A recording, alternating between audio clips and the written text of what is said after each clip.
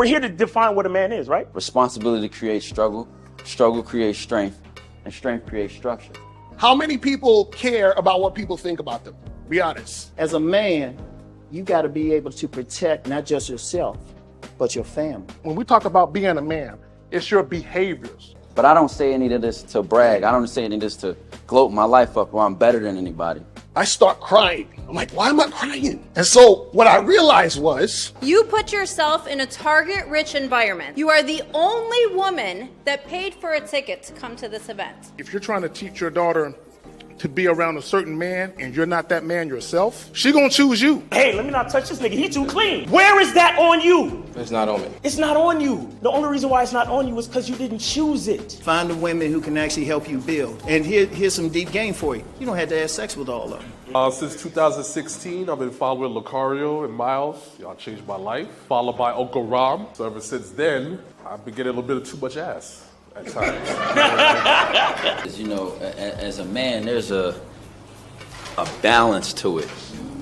Your purpose and pussy. And the heavier your purpose. Even if you lose the relationship, you don't lose yourself. And that's the most important part.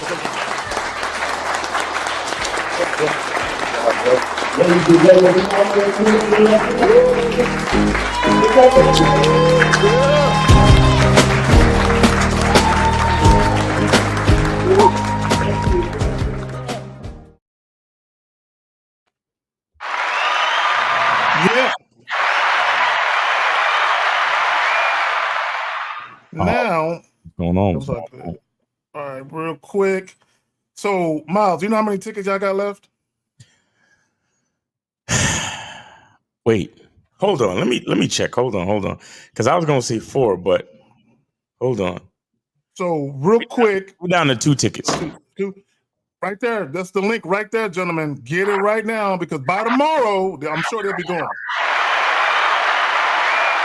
And shout out to everybody that got their tickets, man. And also shout out to Mr. Justin. Shout out to K-Zag. They will be guests of honors in the house in Vegas, man. So they'll be there for you to meet them, shake hands, chop up some game. You know what I'm saying? So guys, it's going to be definitely a value enriched environment. Make sure you guys get your tickets. We only got 2 tickets left, man. Make it happen. There you go. So, what are we talking about today? Okay, we're talking about why women feel entitled and the role men play. I hear all the time, gentlemen. I hear all the time, YouTubers, these modern males, they make videos all the time talking about how women are entitled and how they're tired of it. Well, if we viewed entitlement like an illness, right? Number one, we have to diagnose it. Okay, then we have to treat it. Right. Complaining about it does nothing for it, right? Now, when we think about entitlement, I just want to read this definition real quick. A sense of entitlement is a personality trait based on the belief that someone deserves special treatment or recognition for something they didn't earn. In other words, people with this mindset believe that the world owes them without ever giving anything in return.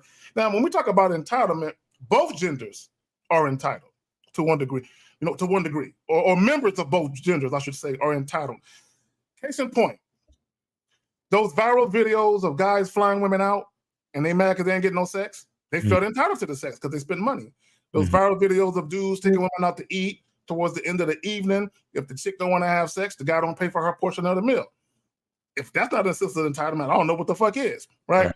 So when we talk about why women feel entitled in the role men play, I want to play this real quick clip because I know I'll be having these clips because I got to show it. Okay, so here we go. Before I'm on my way to that appointment, I'm about to be like, babe, my car broke down just to see what you're gonna do. Okay. Are you gonna come and get me? Are you gonna? Because if not, why am I giving it to you? Cause you wanna f me. Like I got toys all in the closet. Nah, check me out, cuz personally, I'm not laying down with no woman that I wouldn't see about. However, I know what type of I'm bringing to the bedroom. So with that being said, it ain't just you giving to me, beloved. I done broke that down every time you came over here. No, this not toxic. If is what you giving to me and I'm giving good back, then that just equaled out that part of the transaction. So if you down bad, because my thing is this, y'all got a whole song that the DJ can drop the beat on, and y'all say in unison that broke boys don't deserve no. I know that's right. If you over there struggling, done fell behind on your bills, I'm taking my dick and I'm going home. I'm going home. I did my job. I don't owe you else. Oh my God. Unless that's what we got going on, I don't owe you nothing else. Way too much entitlement for the bro. Way too much. All right. First and foremost, the way he screamed like that was an issue. I would tell him to sit the fuck down. Yeah. Like man, that was feminine as hell. Like yeah. So shout out to Ron Wills, because he always says fair exchange is no robbery. Exactly. Fair exchange is no robbery. Now, me being the egotistical person I am, I don't. Dick is a gift, first and foremost. So I really do feel like sometimes I'm giving a chick more than she's giving me back. I really feel that. I feel like I'm the best lover in the room the whole time. But the point I'm trying to make with this is, she said before she goes to the dick appointment, like she about to go get dick down, she gonna pretend that her car broke down on the side of the road. Okay, just to see what the dude would do, as if to say, your dick is not enough. I need you to do more to show that you're worthy of this pussy, right? Which, the reason why women do that is because there are guys before you that paid for their nails to get done, that paid for their hair to get done. When they called up and said, my car's in the shop, the guy gave them the money. So they feel like, oh, if he can do it, then the next guy can do it. So when we talk about the entitlement, there was something that happened prior to you where that woman, Caleb, shh, be quiet, baby, where this little nigga, anyway, where she feels like, not only, am I getting good dick, but I can also get more just because I'm giving him some pussy. So I'm gonna pass it to y'all, and I got to do something with my little son over here. Yeah, you got it. Yeah, it's just setting precedents. So, but when you're coming into a new situation with a woman, you have to understand that precedents have been set before you. Now, you shouldn't really actually have to pay attention to that if you're a man, right? Because you're operating on what you do. So it has nothing to do, there's no bearing on who came before you. So that's something to keep in mind. Like, if you've got a solid program and you know what it's about and you know where it is from beginning, middle, and end, then it doesn't matter, right? And then you don't actually experience these senses of entitlement, right?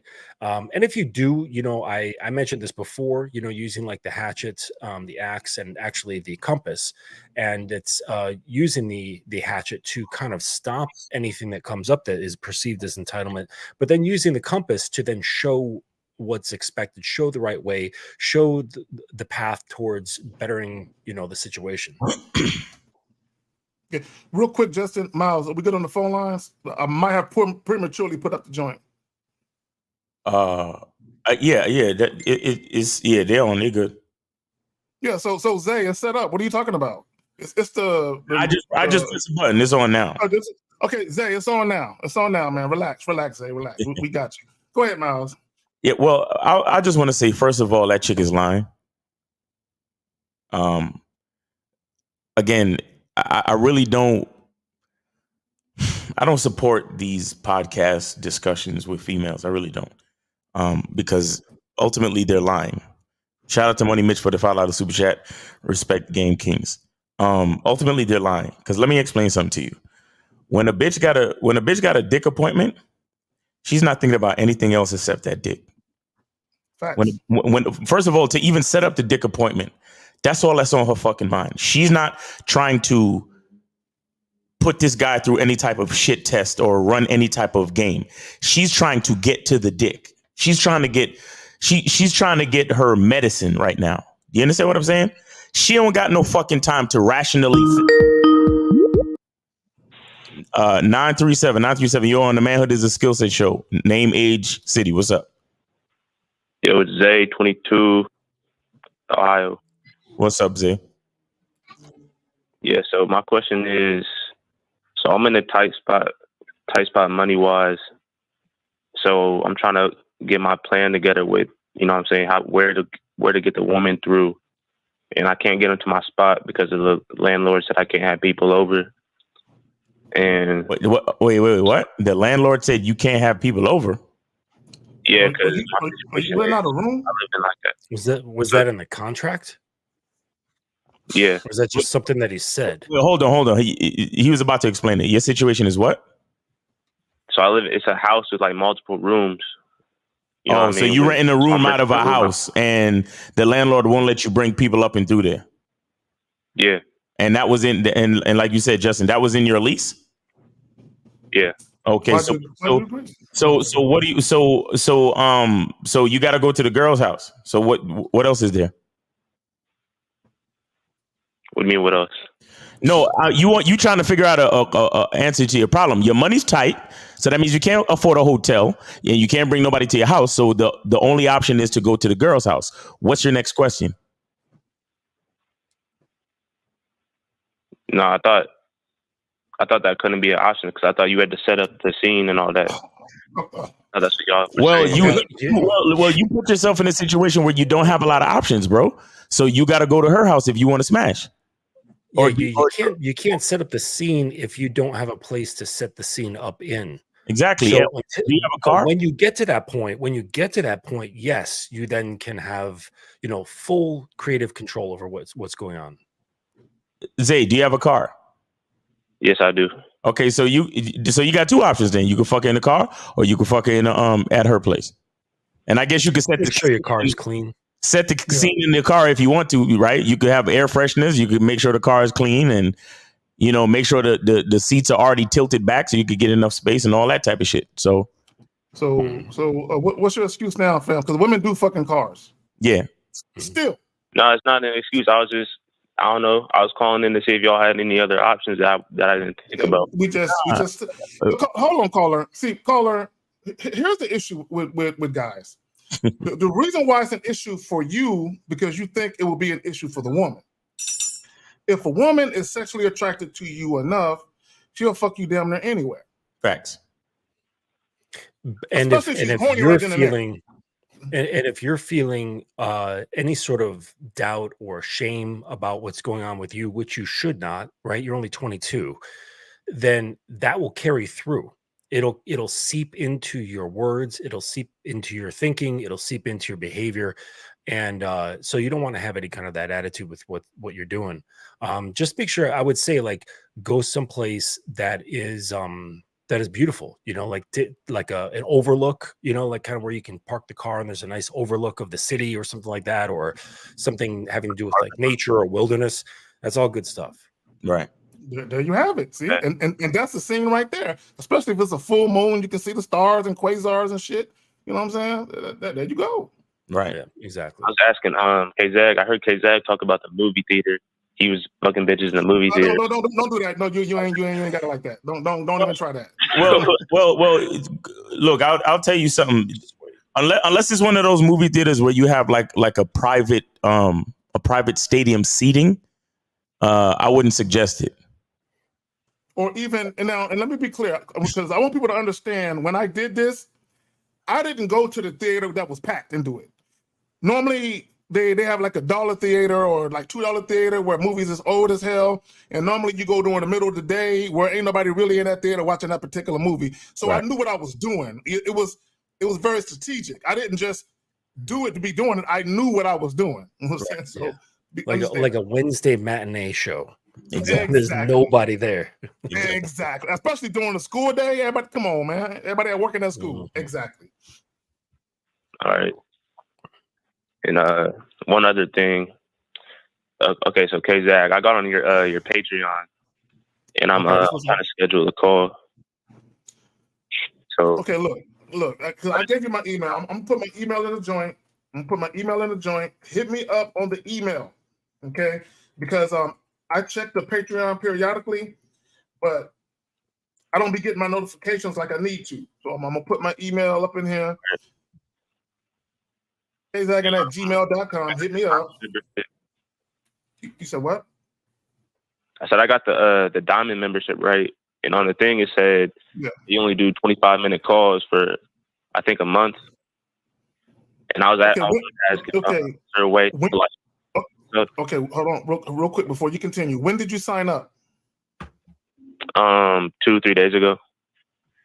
So 2-3 days ago? Okay, so I'm gonna hit you up after the show. Well, hit me up on the email, and then we'll get in all the questions you have pertaining to the Patreon.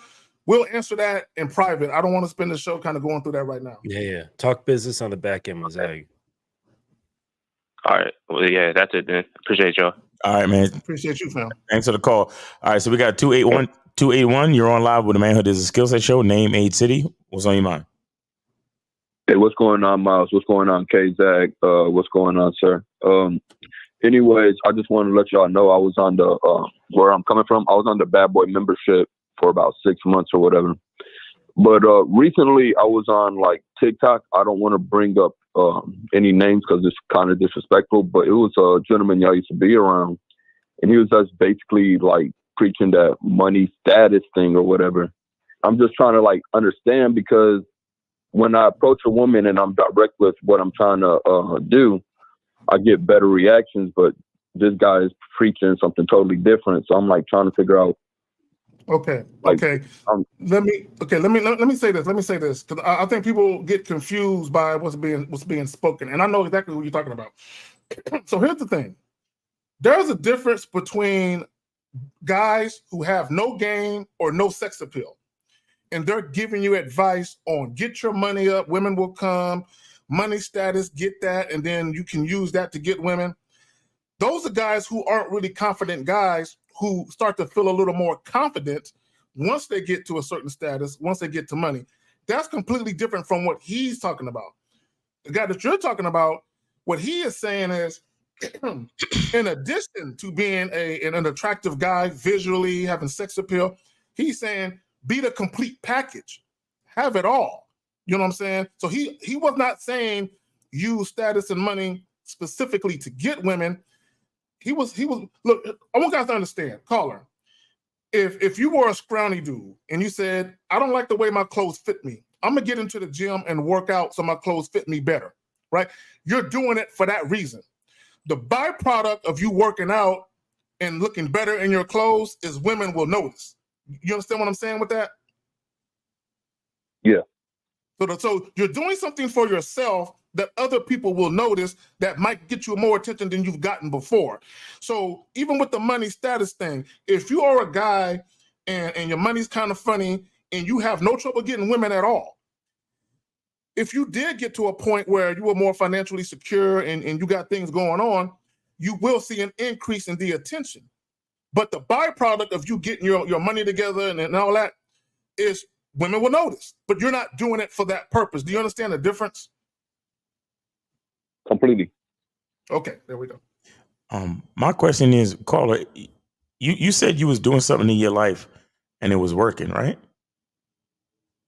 Absolutely, Miles. Yes. So I've just been going up to the girls, being more direct with what I want. No. It's okay. You don't need to explain it. I'm just trying to figure out if you're doing something in your life and it's working, then why would a TikTok video or whatever bother you? I guess it's me subconsciously judging myself. But again, you're doing something that has been working. I just can't fathom. That's like me working a business, and every time I do business, I make more and more money. And then I'm sitting home watching TV one day, and then there's some guy talking about, hey, you want to make more money? Then follow my program. And then I'd stop doing what I'm doing, and then I start fucking with his program. Why would I stop doing what I'm doing and fuck with his program when what I'm doing is working for me? I don't understand that. Yeah. You do got a point there, caller. You do got a valid point. I was thinking the same thing. Like, why did this one little video stick in your head so much? Like, I was doing the same thing, Miles. I was like, what? Because if you're under Locario's tutelage, then that's it. That's just the end of it.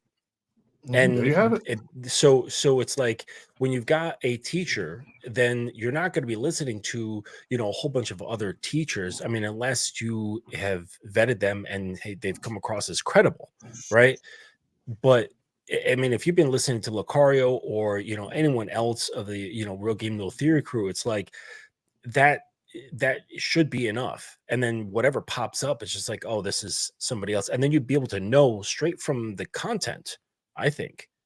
You know, because whenever I hear people talking about like looks money status, automatically I'm thinking, okay, they don't really know what's going on because they're stuck, because those things are all surface level stuff, right? They skip along the surface. So that means if that's your focus, then you're still on the stage of wanting to be noticed by women.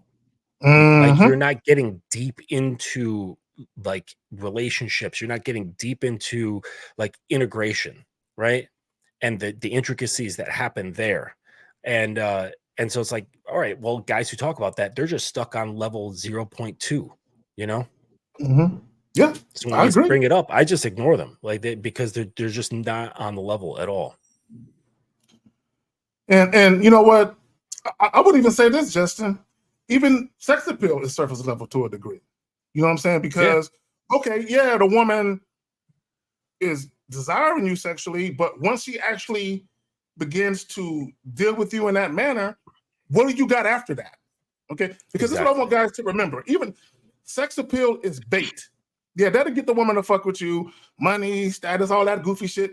All of that shit is shit, like Justin said, surface level shit that might get you noticed by women. But once a woman starts interacting with you, she's going to quickly surmise that, oh, that's all he has is this surface level shit. There is nothing deeper. He has no depth to him, right? So once a woman realizes you have no substance to you, she's not going to want to deal with you past just utilizing the thing that attracted her to you in the first place. So that's what guys to understand that. It's deeper than just that shit. I totally appreciate everything, you guys. I'm just about to meditate on what was being said during this conversation, and yeah, I appreciate it. Thank you. And Carla, before you go, stop comparing yourself to other people, because I think some of what happened to you when you saw that TikTok video, I know who you're talking about. You looked at that individual and you heard what he said, and you started like looking at your own life and your own situation, like, man, well, maybe if I had it like he said, maybe things could be better for me. But you got it. Y'all got it. All right, Carla. Listen, and stop overthinking shit too, man. You guys really you trip yourself up over nonsense, bro. Like if you're living your life and shit is working, and one way to stop overthinking, guys, is to just be grateful. Like be grateful for your life. Because if you're doing something and it's working, then what else is there? Like why the fuck would you think something else just to confuse yourself and add more problems? Like, bro, we're men. We're black and white. If something is working, keep working it. If we need improvement, then we improve. But other than that, that's it. Like, I really don't understand the nonsense out here, guys. But anyway, caller, thanks for your call, and we appreciate you. Appreciate it. Like this shit, like some of the problems that a lot of these guys are facing is of their own making. But like I was saying, that chick is talking about, oh, I'm on my way to a dick appointment and I would act like my car is broke down. Let me tell you something. When a woman is on her way to a dick appointment, she's not trying to create any more time and space between her and the dick. OK, so automatically she's fucking lying. Like that whole situation is whatever. And then other than that, too, what we know about women is that when a woman is feeling a man, when a woman likes a man, when a woman is, you know, invested, when she's attracted to a man, she don't make logical fucking decisions. You understand? That's why all of them women on that panel, 95% of those women on that panel have some baby from some dude that don't see them no more. You understand what I'm saying? Because the decision that they made to lay down raw with that man wasn't rational. You get what I'm saying? And the delusion, I think the real delusion comes in is I think that there's delusion in female autonomy. I don't know if female really have autonomy when it comes to sex. Because what I've seen from women is that when they want dick, when they are attracted to you sexually, it don't matter what. Yo, there's no logic, there's no nothing, there's nothing that's gonna stop them from doing whatever. And I've never had a woman tell me to put on a condom. You get what I'm saying? I've never had a woman like say anything logical or do anything logical in the midst of like wanting to have sex with me. You get what I'm saying? You got it, Zach. Bro, It no, reminds me of that woman say, who. Go ahead, man. No, I was going to say real quick to your point. When we talk about sexual autonomy, that's basically a woman consenting for you to have sex with her. When a woman is actually sexually attracted to you and she can't wait to see you, she relinquishes all of that. She gives all of that to you. All of that to you, right? So what a lot of guys have to understand is that you're going to get a woman, in some cases, if you take too long giving her the dick, she's gonna get antsy and get mad. And Lord forbid, you actually have a vetting process, shout out Miles and Lucario, right? Where you only fucking her 1 day a week, she might be pissed because it ain't 2-3 days a week. I've had women literally call me a stingy asshole. No, because I made them wait 7 days with a dick. I'm just saying. But go ahead, y'all got it. Yeah, it happens for real. I was just gonna say, it reminded me of that woman who swam across the sea in India. Remember that? Like that is completely irrational. She's like, I am diving in this bitch and I'm gonna swim across to get that man. There was one chick. There was one young chick who she was in her 20s. She drove 6-7 hours to get some dick from a dude she never met before. Exactly. Yep. But that's that lust though. That's that carnal, animalistic desire. Like I gotta have. Not only do I gotta have dick, but I gotta have his in particular. Mm-hmm. And I'll say, while women feel entitled in the role that men play, see that irrationality kind of feeds on itself. Do you understand? The irrational nature of a woman's emotions and the emotions behind her lust, it feeds on itself as a result of her getting so much sexual attention from men in general. You get what I'm saying? So it's like, well, if most of the guys in society want to fuck me, then I can only, like, based on my female, perspective, my lust and my irrational emotionality, I can only surmise that the guys that I'm attracted to really want to fuck me. You get what I'm saying? So it's like that, the attention that they get from us all the time, it feeds on the delusion. And that's the role that men play. You understand? It's like when they say I've created a monster. It's like okay, for example, it's almost similar to, let's just look at a single relationship between a man and a woman. When you start out in the relationship, buying her flowers and, giving her dick all the time, like, you don't just see her once a week. You see her every day for like the next 4 or 5 days type shit. And then you buy her flowers and you eat her pussy for a whole hour. And then you give her dick for another 2 hours. And then you try to do that shit back to back to back to back to back for a whole fucking month. Let you call her up and say, hey, I'm gonna just chill today. Mm-hmm. You go see how ridiculous she responds. What the fuck you mean? What you mean? Why I can't come over? Which other bitch you said? So what I'm saying is, it's you that she's already emotionally irrational. If you as a man, if you don't mitigate, if you don't check, if you don't, they talk about checks and balances.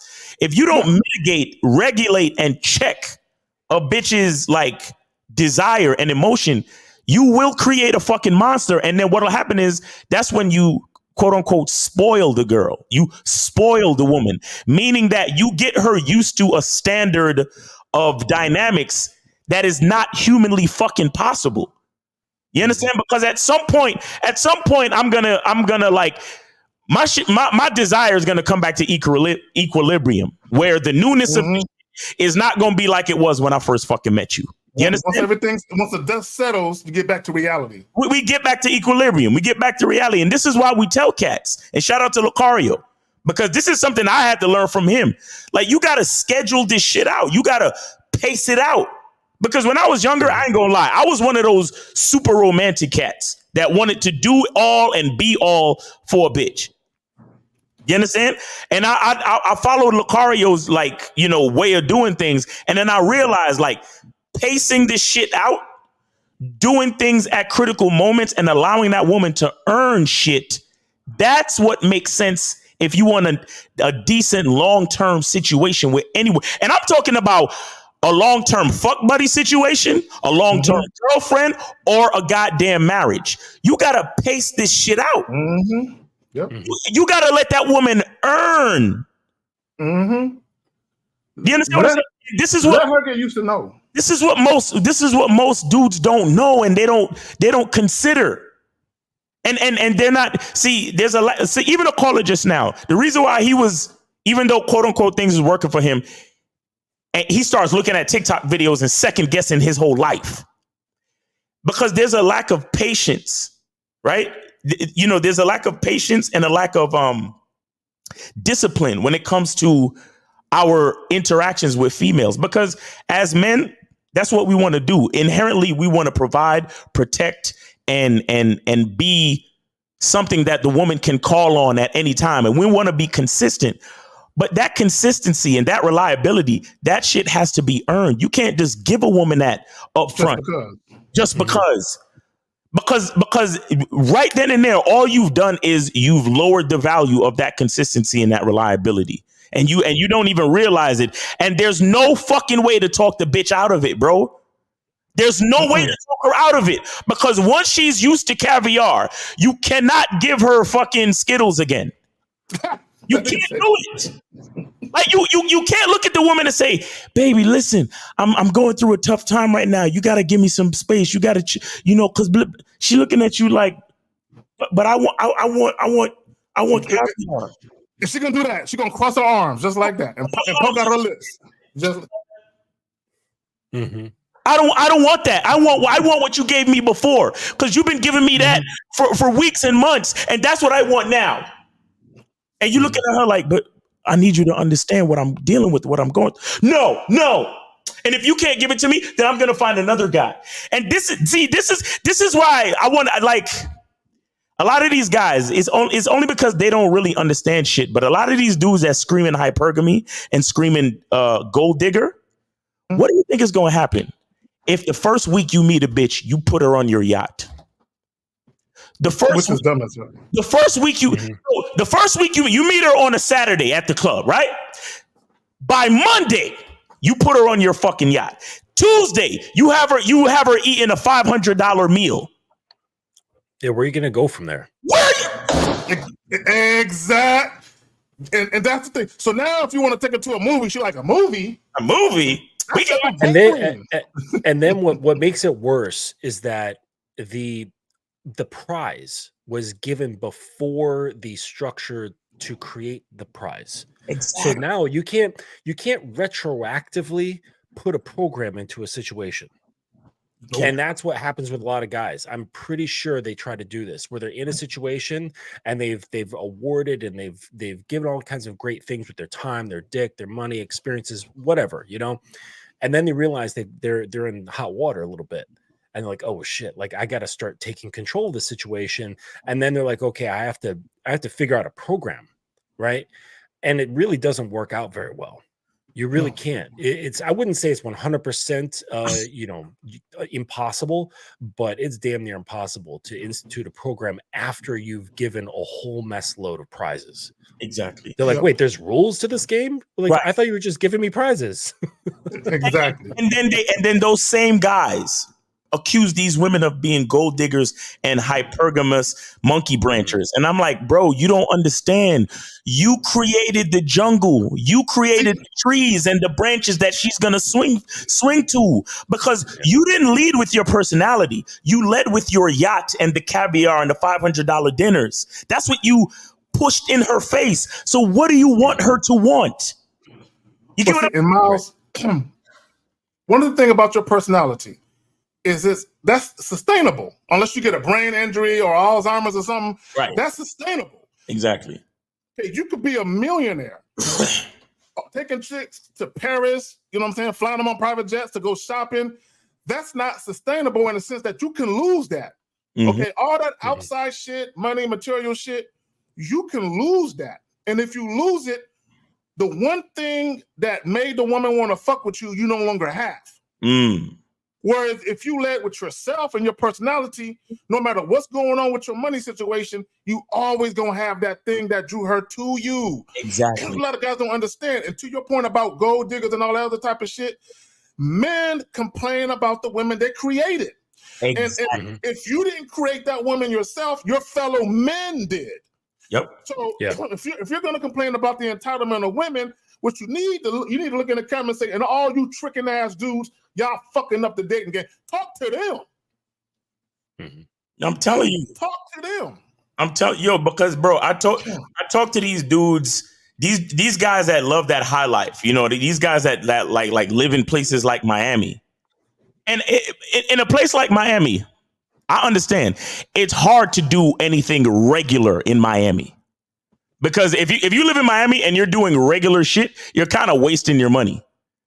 You understand? Because in Miami, it's either you waste money or you spend money to do Miami type shit. You get what I'm saying?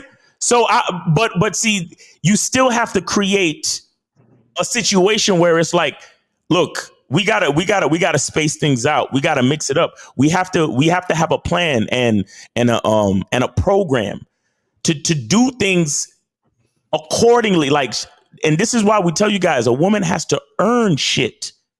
Rationing yourself out. Yes, because bro, if I'm already a rich guy, trust me, a woman is gonna love the lifestyle that she lives, fucking with me. But the question is, how much of that is her liking me and or her liking the lifestyle that I provide? And a lot of guys don't take the time to mix it up and say, well, for this date night, you know what I'm saying, we're just going to stay home and play chess. Or for this date night, we're going to go to the grocery store, or we're going to go to the liquor store and just get some liquor, make some cocktails and chill on the fucking patio and watch the sunset and have a conversation. We still going to smash and all that, but we're going to do things that's going to open up, different parts of ourselves. You understand? These dudes are like back to back trips and going out on the yacht and shopping sprees and, expensive dinners and expensive this and expensive that. And, oh yeah, let me take her to the white party and let me take her to this event that I have to go to. And she's going to meet celebrities and it's back to back glitz and glamour. And then it's like, man, that's why I don't like these gold diggers. But bro, see, a lot of run yourself into the ground operating like that. That's like with the pedal to the metal every day. Exactly. Men don't realize how much power they have because they don't even realize how much they are dictating a certain subconscious message to the female psyche. They don't even realize it. They don't, and that's what, that's the whole thing with the masculine identity. I'm trying to get guys to understand that your presence, your guidance, the structure that you create and the influence that you have on the woman is very, very detrimental and critical to how she responds to you during the course of any relationship. And a lot of guys don't take that type of shit seriously. It's like they don't believe that they really have that much of an effect on females. And I'm like, bro, you really, really do, which is why you can't really let her run the show. You can't let her dictate a lot of shit. You got to be the one dictating shit. You understand? And sometimes it gets challenging, but in order to maintain the sanity and the healthy dynamics of any relationship, if you're not in control, then you run the risk of shit going crazy. Do we get somebody on the phone? I stepped away for a moment. No, we good. Okay, all right, go ahead. I just wanted to point out something that Miles brought up, but you guys probably missed it. Get yourselves a cocktail set. Okay. Go on Amazon. They're not expensive, and they give you all the different size cups for like the various amounts of alcohol that you need to put into different cocktails. And get yourself a classic cocktail book and learn how to make that stuff. Because if you're having a date night in, you're like, hey, you know what? Like, let's say like freak storm is pouring outside or whatever, and she comes over. bust out the book or learn some things. Like, hey, I got you, and you're sitting there whipping up cocktails, and she's gonna be like, damn, it's like, well, what do you want? Pick something out of that book. I got you. Exactly. Or find out her favorite joint and make it. Mm-hmm. Yep. But yeah, cocktail set. It's like what, $40 on Amazon. Mm-hmm. Very useful. Yeah, I have the shaker set with the thing to pour the shots and the strainer and all that stuff. And then I just have like, whiskey glasses and shit. Exactly. That's what I got. I got something just like that. Exactly. Like the swizzle stick. And a lot of them come with like just a little wooden rack that can easily just hold everything. So it looks real good on your counter. Exactly. And this is exactly why you don't ask a woman what she wants to do, right? You tell her what it is. Because look, a woman is a woman is a woman. If you ask a woman what she want to do, she's always going to say the thing that is going to get her the most attention, and the thing where she got to get dressed and go out and for people to see her. So she's always going to choose the out and about option. But if you say, hey, listen, I want you to put on something sexy and come over to my house. And then she's like, okay. And she comes over to the house. You got some candles lit. You got some music playing. And you got that shaker set or whatever. You got the cocktail set, and you making cocktails and stuff. And as soon as she walks into the door, you grab her, you throw up against the wall, you bite her on the neck. And then you walk into the kitchen and hand her a fucking cocktail, and then you say cheers. Like what can she do?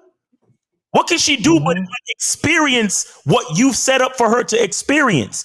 You understand? And then that's when you get to see how interested a woman really is in being with you, because that's an experience that you set. That's not an experience set by the party promoters of Miami. That's not an experience set by some club or some venue somewhere. No, that's what you set up. And all you told her to do was wear something sexy and show up. And she did that. Everything from that point on becomes a psychological suggestion based on an experience that you've designed. So you get her used to you get her used to being, you get her used to the adoration of experiences designed by you.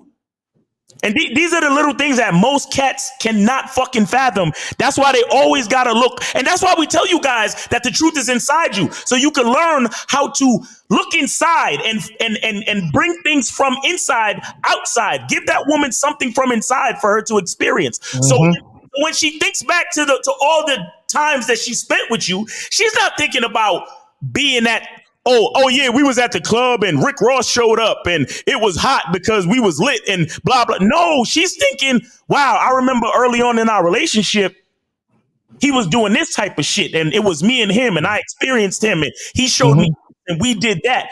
That's what she's going to be thinking. But you guys are always trying to impress. It's like, no, impress from what's inside here. Well, to your point, Miles, they need to be a little more meticulous in showcasing their unique personality. Also, Miles, you said something earlier, and I know you didn't mean it for you, but I just want to point out, guys, if you eating a chick out for an hour, you're doing something wrong. You're doing something wrong. If it take you an hour, an hour left, you still and that dude's got a strong ass neck. It's like this. If you're down there for an hour, that means you're doing something wrong. Because long ago, she should have been like, kicked you off of her and shit. You know what I'm saying? Because she couldn't take this shit no more. So I got another clip, and do y'all want me to play it through, or no? If y'all want me to stop, I'll do it like that. No, play it through once. Okay, all right, cool. Yeah, all right, so let's do that. Run it back through. Yeah.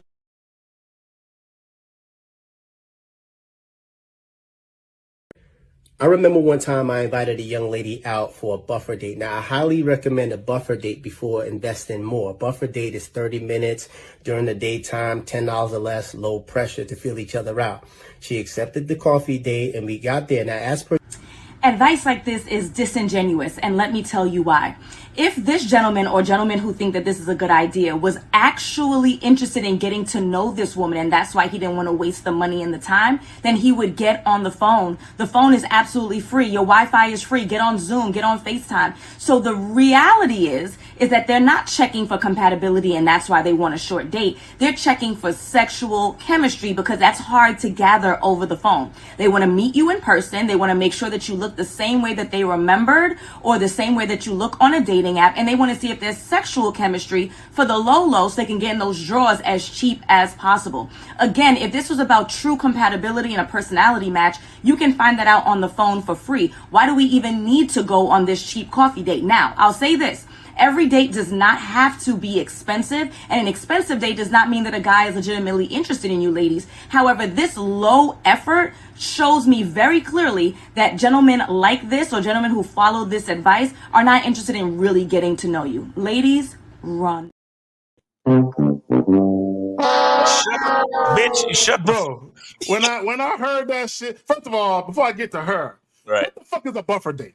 You niggas that be on YouTube making up Coming up with these weird Wait, terms. wait. I just want to say real quick, that homie in the beginning of the video, that's the homie Shy B. I don't know if you remember, Zag. I don't know if he was at the Game Kings. Oh shit, he was. Yeah, that's he was at the Game King. Oh, I couldn't tell he had all that shit on. Yeah, that's I my remember man. him. Yeah, that's my man. His name is Shy B. He was actually, and for those that was on the live stream, he did the halftime show. He did the interviews when we was doing the food and drink section before we did the Q&A. I don't know if you remember that, Zach. No, I remember exactly who he is because I remember when old girl showed up in the cosplay shit and Ron got at her, April got at her. He pulled her to the side and was giving her some one-on-one. I remember him. So he's sort of a female dating coach. Actually, that's why he tries to toe the line because I know him. I know him, but he toes the line and he tries to advise for for men and women to kind of meet in the middle. So that's my best from what I know about him. That's the best explanation of why he would suggest something like a buffer date. Well, I don't have a problem with the idea he suggested. He just called it a buffer date. That's weird to me that he called it that. You know what I'm saying? Right. But he said, I want to point out, and this goes to the entitlement point, because you can tell she felt some type of way because she used the words cheap coffee date twice. Right. She said cheap coffee date twice. So, and then she said something else. She contradicted herself because she said just because a man spends money doesn't mean he's really about it either. Right. But what she's saying is, if you're going to date me, at least make a better effort, spend more money, impress me. And why would she feel that way? Because she's entitled. Now, I believe she misspoke. I believe she meant sexual attraction. You cannot tell sexual chemistry unless you fuck, right? But yeah. Let's say for the sake of argument, you're taking a woman out on a date, and that's your reason. Right. There's absolutely nothing wrong with gauging whether or not there's mutual sexual attraction. Of course. There's nothing wrong with that. And then she said some other goofy shit. If you want to get to know each other, we can do that over the phone. No, the fuck you can't. No, you can't. Gentlemen, never let a woman do that to you. If she wants to fuck with you, it's got to be face to face. Y'all got it. Exactly. I didn't have much problems with. I didn't have many problems with what she was saying because most guys are just about getting some bucks, right? That's most guys are led by their dick essentially. Right. Mm-hmm. They're not out there to see if she can follow directions, right? He's overjoyed if she picks up the phone. He's overjoyed if she meets him for a coffee date. Like he spends 8 hours getting ready for that date, for that 30-minute buffer date, right?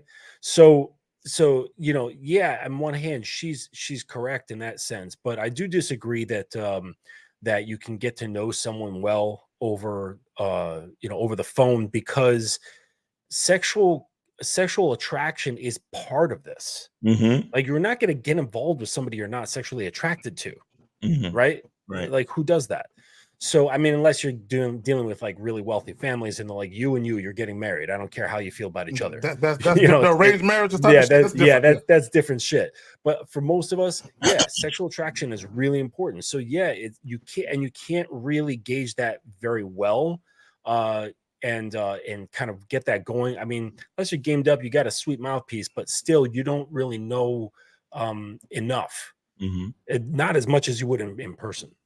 Right. Let me say this real quick. Unique 79 with the 20 panel. I spoke to Steve a few weeks ago regarding what you were talking about. You can make your crib into a bar, into a coffee shop with pastry sets, into an art gallery, etc. You can bring external ideas to your home. This is what I would say about any type of dating advice that you get. And shout out to Steve. You know, Steve gets some dope ass advice. What I would say is make sure the advice you're taking is something that you can really stick with and something that you feel comfortable doing based on your own unique personality. Exactly. The problem with a lot of guys, they'll hear something that they think is fly or cool, right, and they try to adopt it, but it's not really them. Exactly. That's a big deal. That's a big deal. But what I'll say is that see, this goes to what I was talking about earlier about the monster inside the woman, the irrational emotional monster. A part of the reason why, and she would never admit this ever, but a part of the reason why she was saying that that she had a problem with the buffer date, and that she had an issue with, oh well, this guy is just trying to find out if there's sexual attraction, is because she's probably went on a date and been compelled to fuck the guy almost immediately. You understand? And when women have to come to terms with their emotional irrationality that will make them make those type of decisions, when they think of it consciously, they have to deflect to say, well, don't trust guys like this because he's just trying to see if there's sexual chemistry. You understand what I'm saying? But she knows deep down in her heart, she met up with niggas or met niggas in the street, and then within the 30 minutes, they was back someplace fucking, or she was in some bathroom sucking dick or whatever the fuck. You get what I'm saying? And I'm not saying this to say that women are bad. I'm saying this is just reality. And when women speak out about shit like this, they're not speaking out about it because they really hate it. They're speaking out about it because they know how weak they are to their own attraction to the men that they really like, because they know that these men can have them up in their car after 1 hour of meeting them. They know that these men can have them back at the apartment or in some hotel room within an hour of meeting them just for a coffee date, not even nothing about dinner. You get what I'm saying? So the thing is that there's nothing wrong. Look, if a man has a plan for how he wants to run his game, I really don't see anything wrong as long as you have your plan. As long as you're not saying, hey, whatever she wants to do. If you want to do a buffer date, 30-minute coffee date, hey, do you, brother.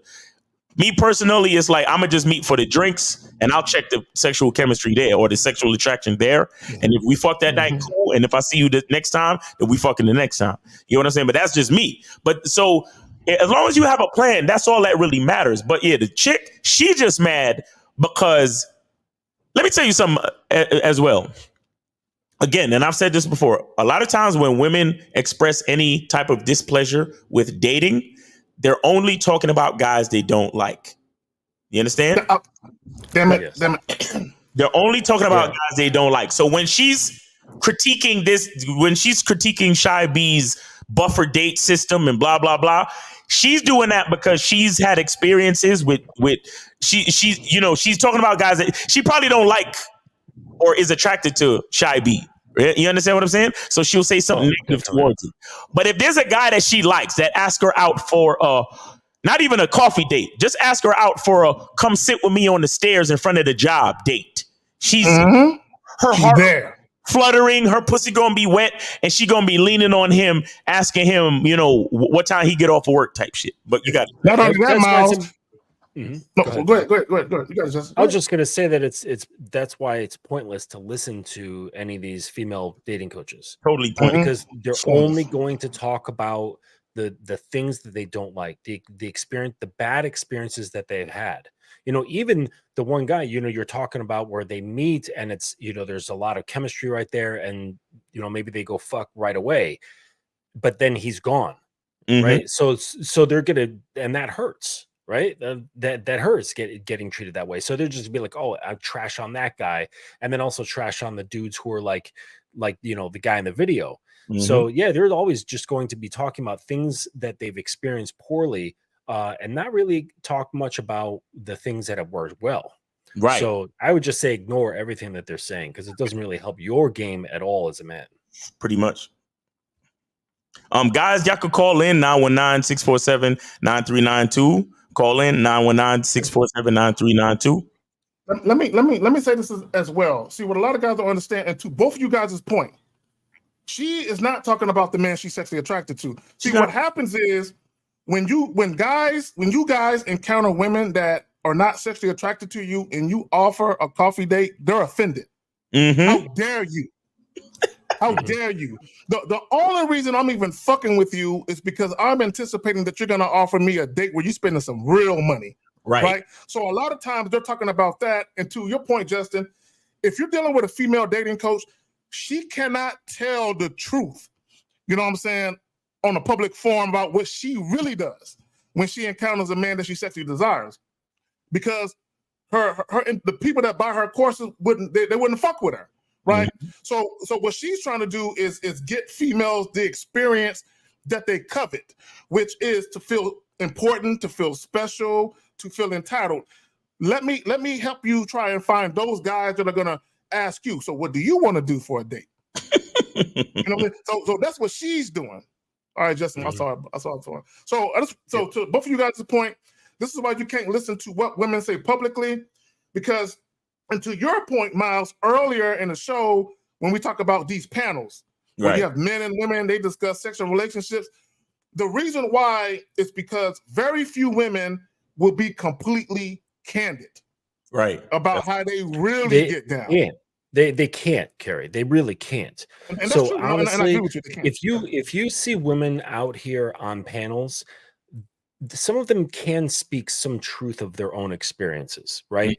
But it's going to be limited, right? So it's going to be a bit of truth, but it's going to be like 12% of it. Right? Because they can't really talk about the things that is 100% the truth out on the front end, because they know the vast majority of guys, A, can't handle it emotionally, and B, wouldn't know what to do with it. Right. So because they know that the vast majority of guys would judge them.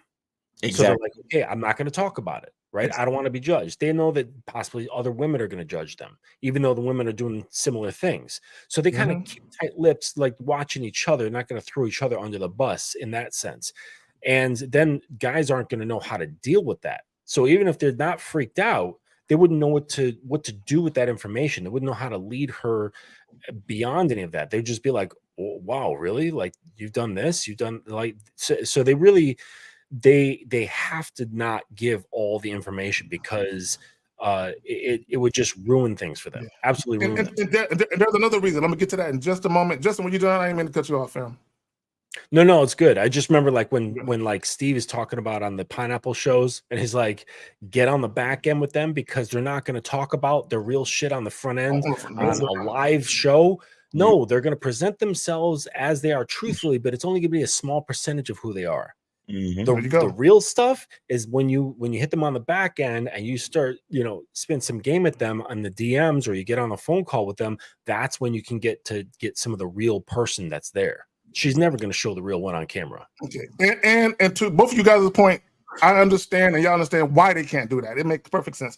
Hayes with the $9.99. And let me just say this, because I've said this about women as well. Women, they want to be both sexually desired, and they want to be dateable. They want to be both.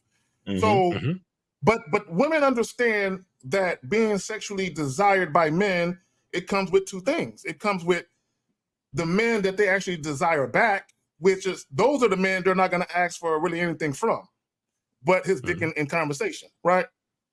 But they also understand that being sexually desired by men they're not attracted to works to their benefit too, because they understand they're going to be dated by those guys. Because no woman wants to be in situations where all the men she deal with are just fucking her.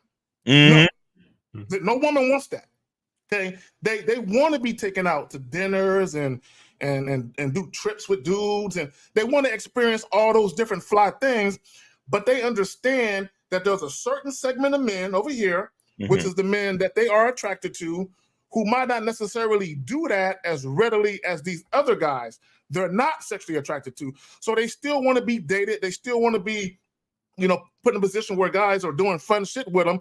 So to both of you guys' point, if they're on panels telling the truth, right, then all the guys that are watching that would date them and take them out wouldn't do it, because they'll be mad, because they'll be like, oh, you fucking him after the first hour? But I got to take you out on 3 dates? Like you said, Justin, it will fuck up their own dating life if they Oh, were and honest. what I'm talking about is like, imagine, so I know for a fact there are tons of women who like to be degraded in the bedroom. They fucking love it. Now imagine if women were to come out and say, I like being degraded. Men would judge them. They would throw them into a fire.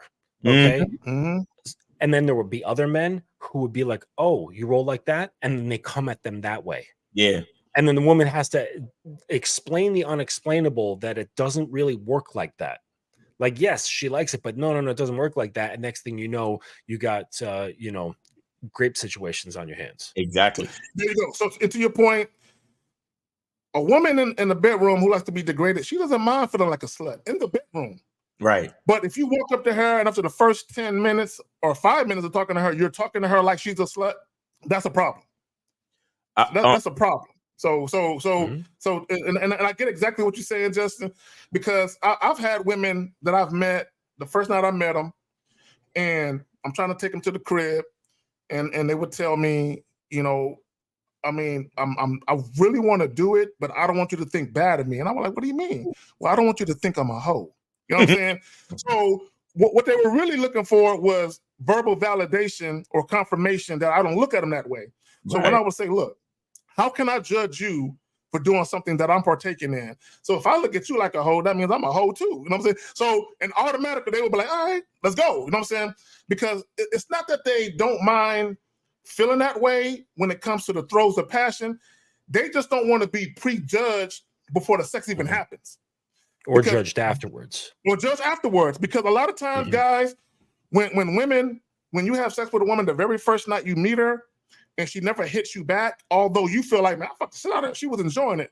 A lot of times, there was something that you may have said and or done that made her feel like he just thinks like dirty of me.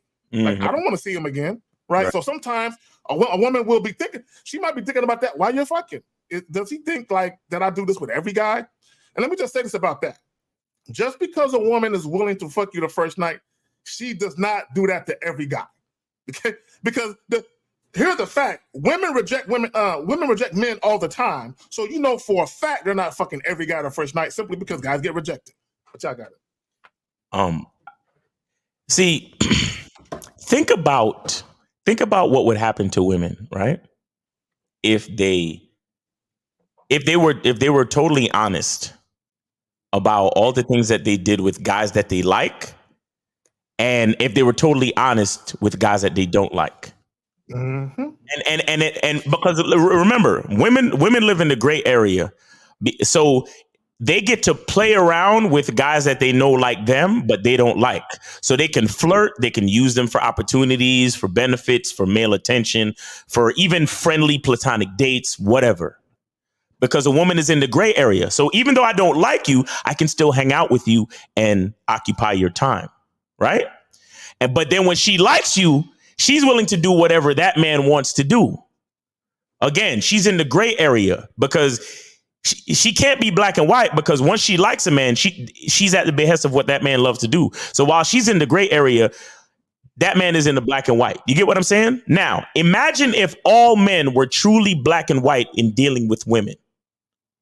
Imagine if every man that encountered a woman, he would just strictly be like, you fucking with me, yes or no? And then she'd be like, nah, I ain't really. And he just cuts her off, leaves her alone. And then, and every fucking man deals with her like that. Guess what it would be? It would be only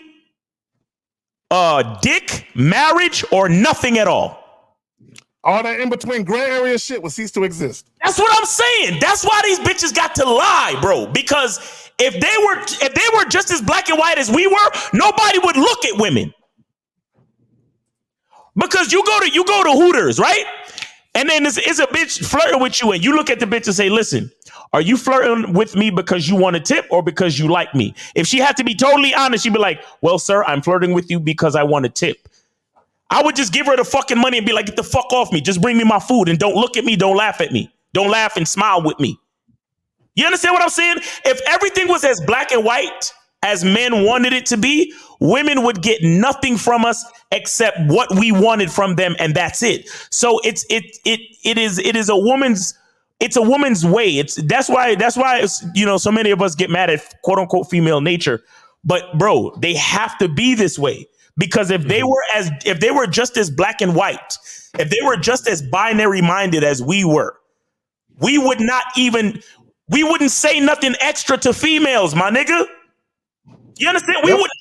Nobody would smile or flirt or say hello or do anything extra with or for a female. Because once that man knows you're not really sexually attracted to me, I have no reason to fucking talk to you. You know what, Miles? My bad. You want to say something else? No. You good. I just want guys to understand something.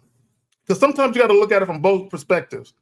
Like, so if the only time women got attention from men was only to fuck them, and the men didn't want to do nothing else with them but fuck them, it would be a problem. So men, look at it from the other perspective. If the only time, and some of y'all might be going through this, if the only time you got attention from women is for them to spend money on you, nothing else.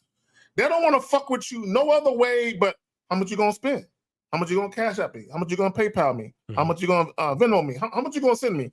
And if you were unwilling to send anything, no woman would ever want to deal with you ever. It would be a problem.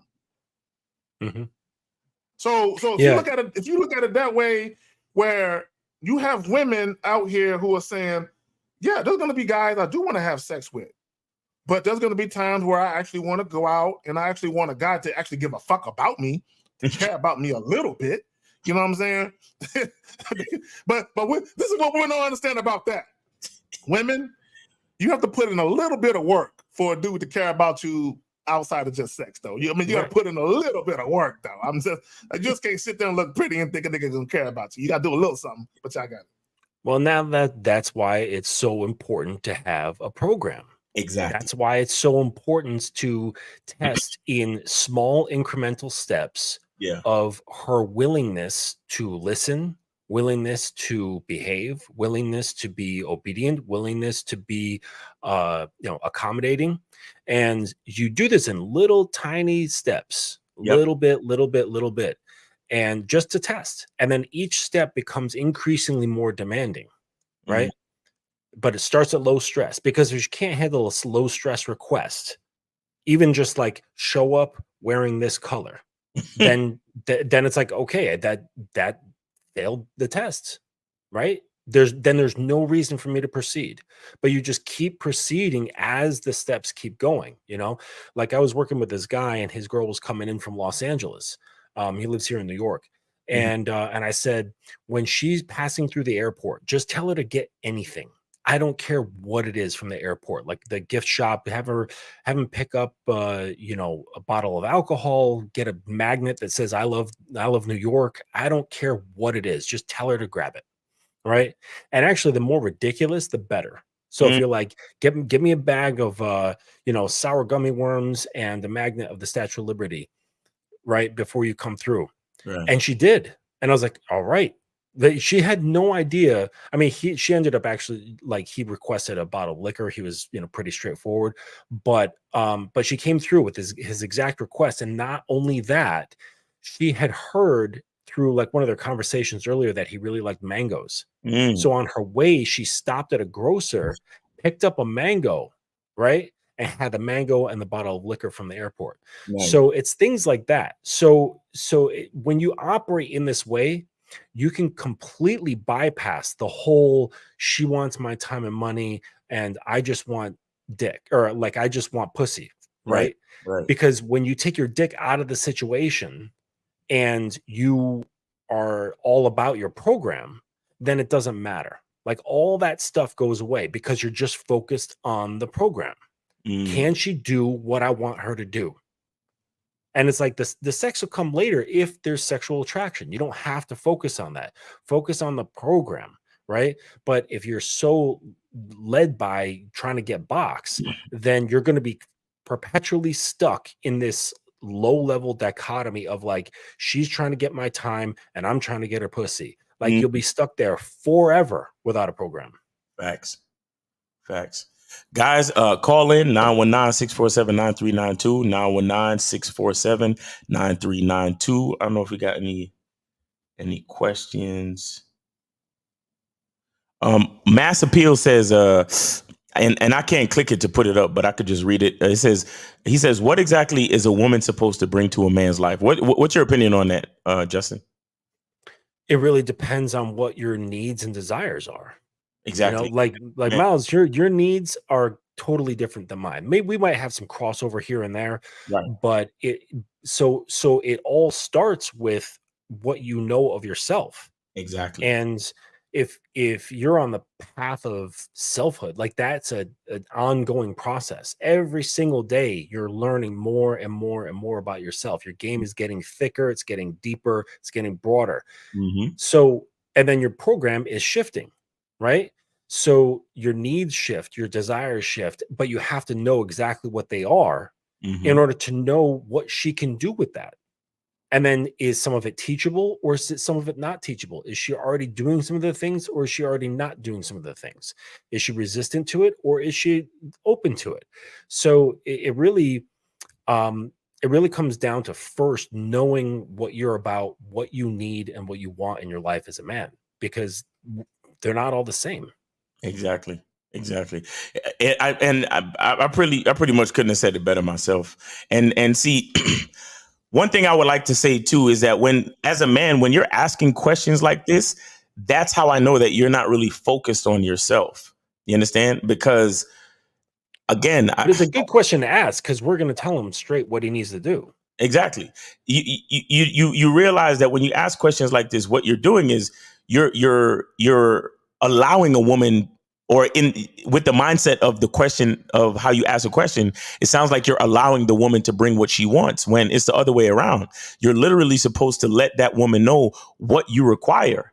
You understand? And that's where the compatibility comes in, because if you have what you, like you said, Justin, about having a program, when you have your program, meaning you have your requirements, that woman has to ask herself, can I fulfill these requirements? Can I meet his requirements? You understand? That's where it's compatible. You understand?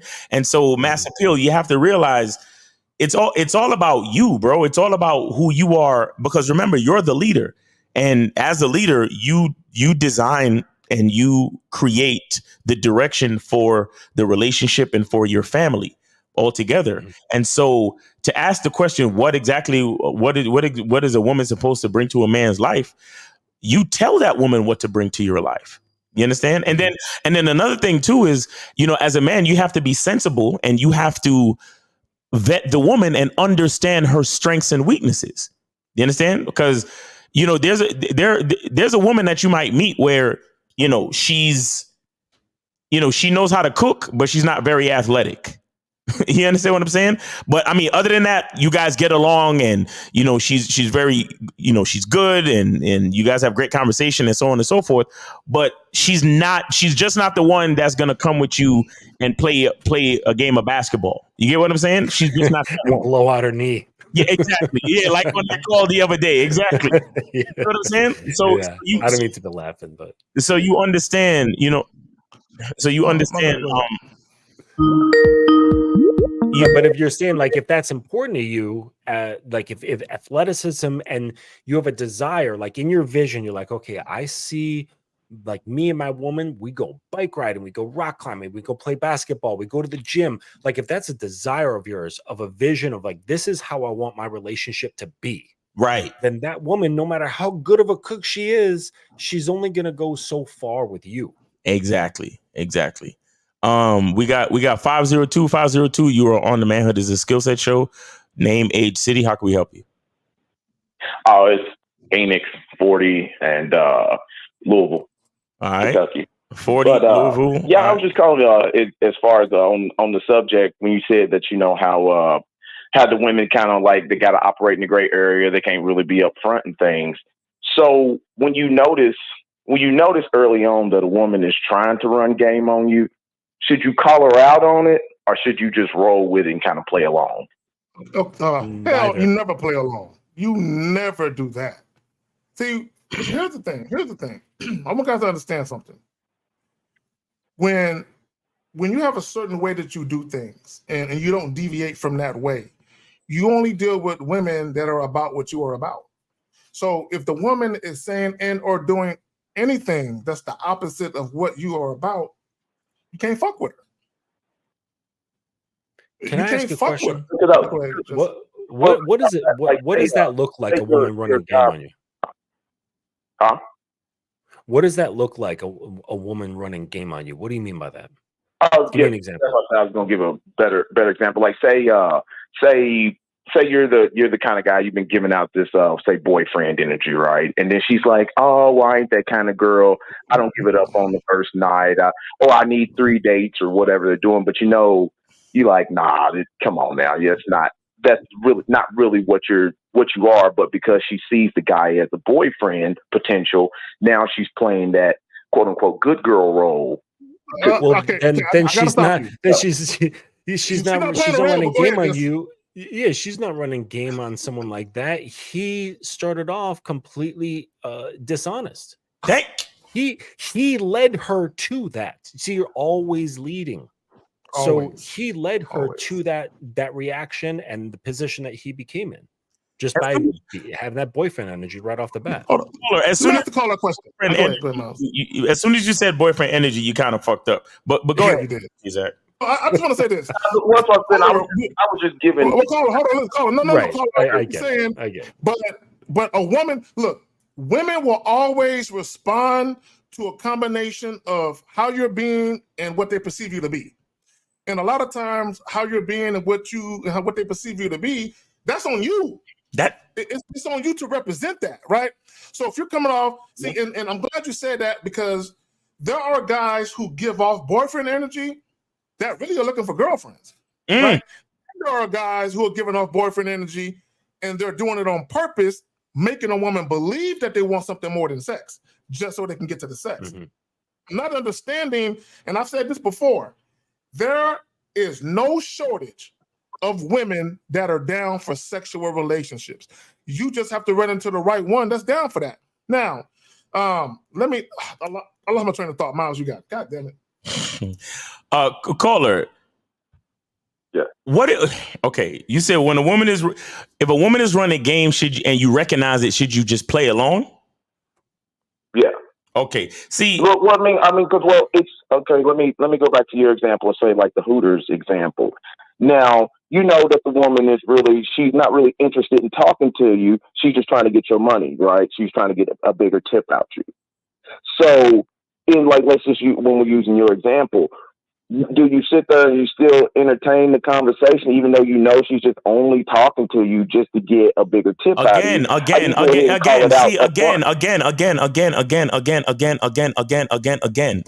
Why did I choose to go to Hooters? That's where my focus should be.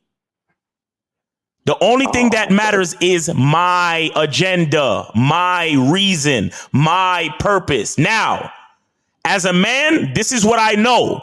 I know they got greasy fried food and they got flirtatious women that flirt with me because of my tip.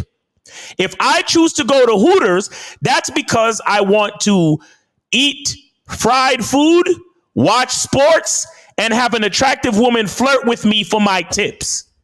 So if I choose to go to Hooters, I already know why I'm there. I don't give a fuck what her game is because I already know. That's what I'm trying to explain to y'all. You guys are too focused on the woman. Why do I care about her game when I already know? I already see the matrix. As soon as I walk into the Hooters, I see everything. I see the bitch over there with the push-up bra and the fucking the shiny stockings and the booty shorts. Already see it. Already see her smiling at me. Already see the maitre d' leading me to my table and switching her ass a little bit extra and telling me, "Hey, Kim is going to take care of you today. Have a seat right here. You want to get a table next to the TV so you can watch the game? Okay, that's great. You having a great time and enjoy your dinner, okay?" I already see it. I'm not focused on her game because I know why I came to the Hooters. This is why I be trying to tell y'all cats. Y'all asking these questions, asking about the woman. When you ask about the female, I already know you're not focused on what your purpose is. You're not focused on your agenda. If I go to Hooters, I don't need to sit there and analyze her game. I already know her game. So it's up to me to say, hey, do I want to be in this environment or not? And if I want to be in this environment, why do I want to be in this environment? Well, I want to be in this environment because I want to eat greasy food, I want to watch sports, and I want to be surrounded by attractive women that are flirting with me for my fucking tips. That's it. I got something for the caller. Caller, let me ask you a question. If you offered a date to a woman, what would be your reason? Now I'm talking about a woman you've never had sex with, you just met. What would be your reason for offering that woman a date? Bro, caller, because my about to go off on you, dog. Just answer the question. Okay, let's just say if I met her and I think she's interested, to see if my interest to see where it goes. Okay, so okay, cool. Let's stick with that. See where it goes. Let's stick with that. So if you offered a woman a date and you're interested and you offering a date because you want to see where it goes, at the end of the date, if she tells you, let's say you spent $25 on whatever. At the end of the date, if she tells you, I got to be honest with you, I'm not really feeling you, so I don't think I want to see you again. How would you feel about that? I'd be cool with that. I'd let that all the way go. So you wouldn't be mad? You wouldn't be upset? You wouldn't talk shit about her? Huh? You said what? I said I'd be cool with that. I'd be willing to let that go. I wouldn't get angry at that at all because then I'm wasting more time. Cool. All right. So and this is the point. A lot of guys who offer a date, they would be upset. And the reason why they're upset is they're not offering the date from a place of being authentic and genuine.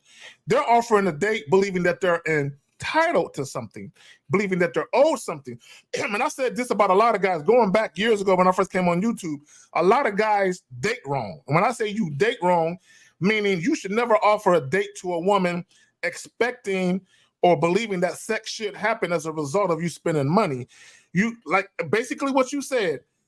I'm setting up this date. I want to see where our mind is at. I want to see if this is someone that I would want to see going forward. And while I'm doing this, if she should happen to determine that I'm not her cup of tea, I'm not going to be mad at that. I'm not going to be mad because I spent money. You feel me? So when you talk about a woman running game, hold on, listen. I'm going to get to my point. Let's say for the sake of argument, she just went out with you because she had nothing to do and she just wanted something. She's an alcoholic and she wants someone to pay for her alcohol for the night. So even if that's the case, you're not concerned about her reasoning for being on the date. Like Miles said, I'm here because of this reason. Fuck her reason. But go ahead, fam. I see what you're saying. So with that, because we go back to your example, like say, she went on out and then say, in your example, the woman said, "Hey, look, I ain't feeling you," and she was upfront, right? Now, what if that woman she's not upfront about it? She's like, "Oh, you know what? I normally go out on 2 or 3 more dates before Caller. Listen. You know that there's a difference between making a choice to go somewhere and seeing where things go. Okay. No, I'm asking you a question. Yeah. I mean, now that you say that. So what's the difference? What's the difference there? Because if you're making a choice to go somewhere, you're actually leading to something. If if you're going to, I guess, just see where things go, you're kind of leaving it to chance. You're not leading anything. Oh, okay. So earlier, do you recall yourself saying that you were going on a date and just see where things go? Do you recall yourself saying that? Yeah. Okay, this is my issue with you, sir. This is my direct issue with you. You're the type of guy that you use this type of passive language, which leads to the possibility of being considered a victim, because you live life as if you're at the behest of whatever all the other agents of life want to do with your fate, as opposed to you taking your fate into your own hands and directing the flow of the fucking date. So if you see the girl, you set the date, and in your mind, I want to check the sexual attraction and possibly fuck that night. That's my focus. That's my goal, right? So when you get on the date and you give her that first hug, you already lean in and you smell her perfume, and then you whisper in her ear how sexy she smells and how you getting excited already and you glad she showed up to the date. Right. And then you take her, put your hand in the smaller her back, and you escort her to the seat that you've already chose for you two. Right. And then you sit her down, and then the waitress comes by and you order a drink for her because you're already leading you're leading the date, bro. That's different than, hey, just let's see where this goes. I don't live my life like that, my brother. And that's what makes me so pissed off when you call in asking this question like, oh, well, if you see what type of game she's running, do you call it out? I don't give a fuck what game she's running, because I'm running my game. Now, while I'm running this is why me running my game and like Justin said earlier, having a program is so important, because my program is going to be so tight. Once I realize that she's not down for my program, that's when I can look at the waitress and say, check, please, because this is fucking over. I don't need to see where it goes, because I'm putting it where it's supposed to go. And if it ain't going there, it's done. Yep. Caller? It makes things really simple and real. But so when you say, go ahead, hold on, caller, real quick. Let Justin go ahead and go in, because he got to bounce in a minute. Go ahead, Justin. Yeah. I was just saying that having a program is detrimental, because it makes things so much more smooth. It makes your interactions concise. It makes things more streamlined. Exactly. It gives you something by which to measure your interactions on. Right. So you have it's like imagine being placed in the middle of a wilderness, and I say, okay, go over there.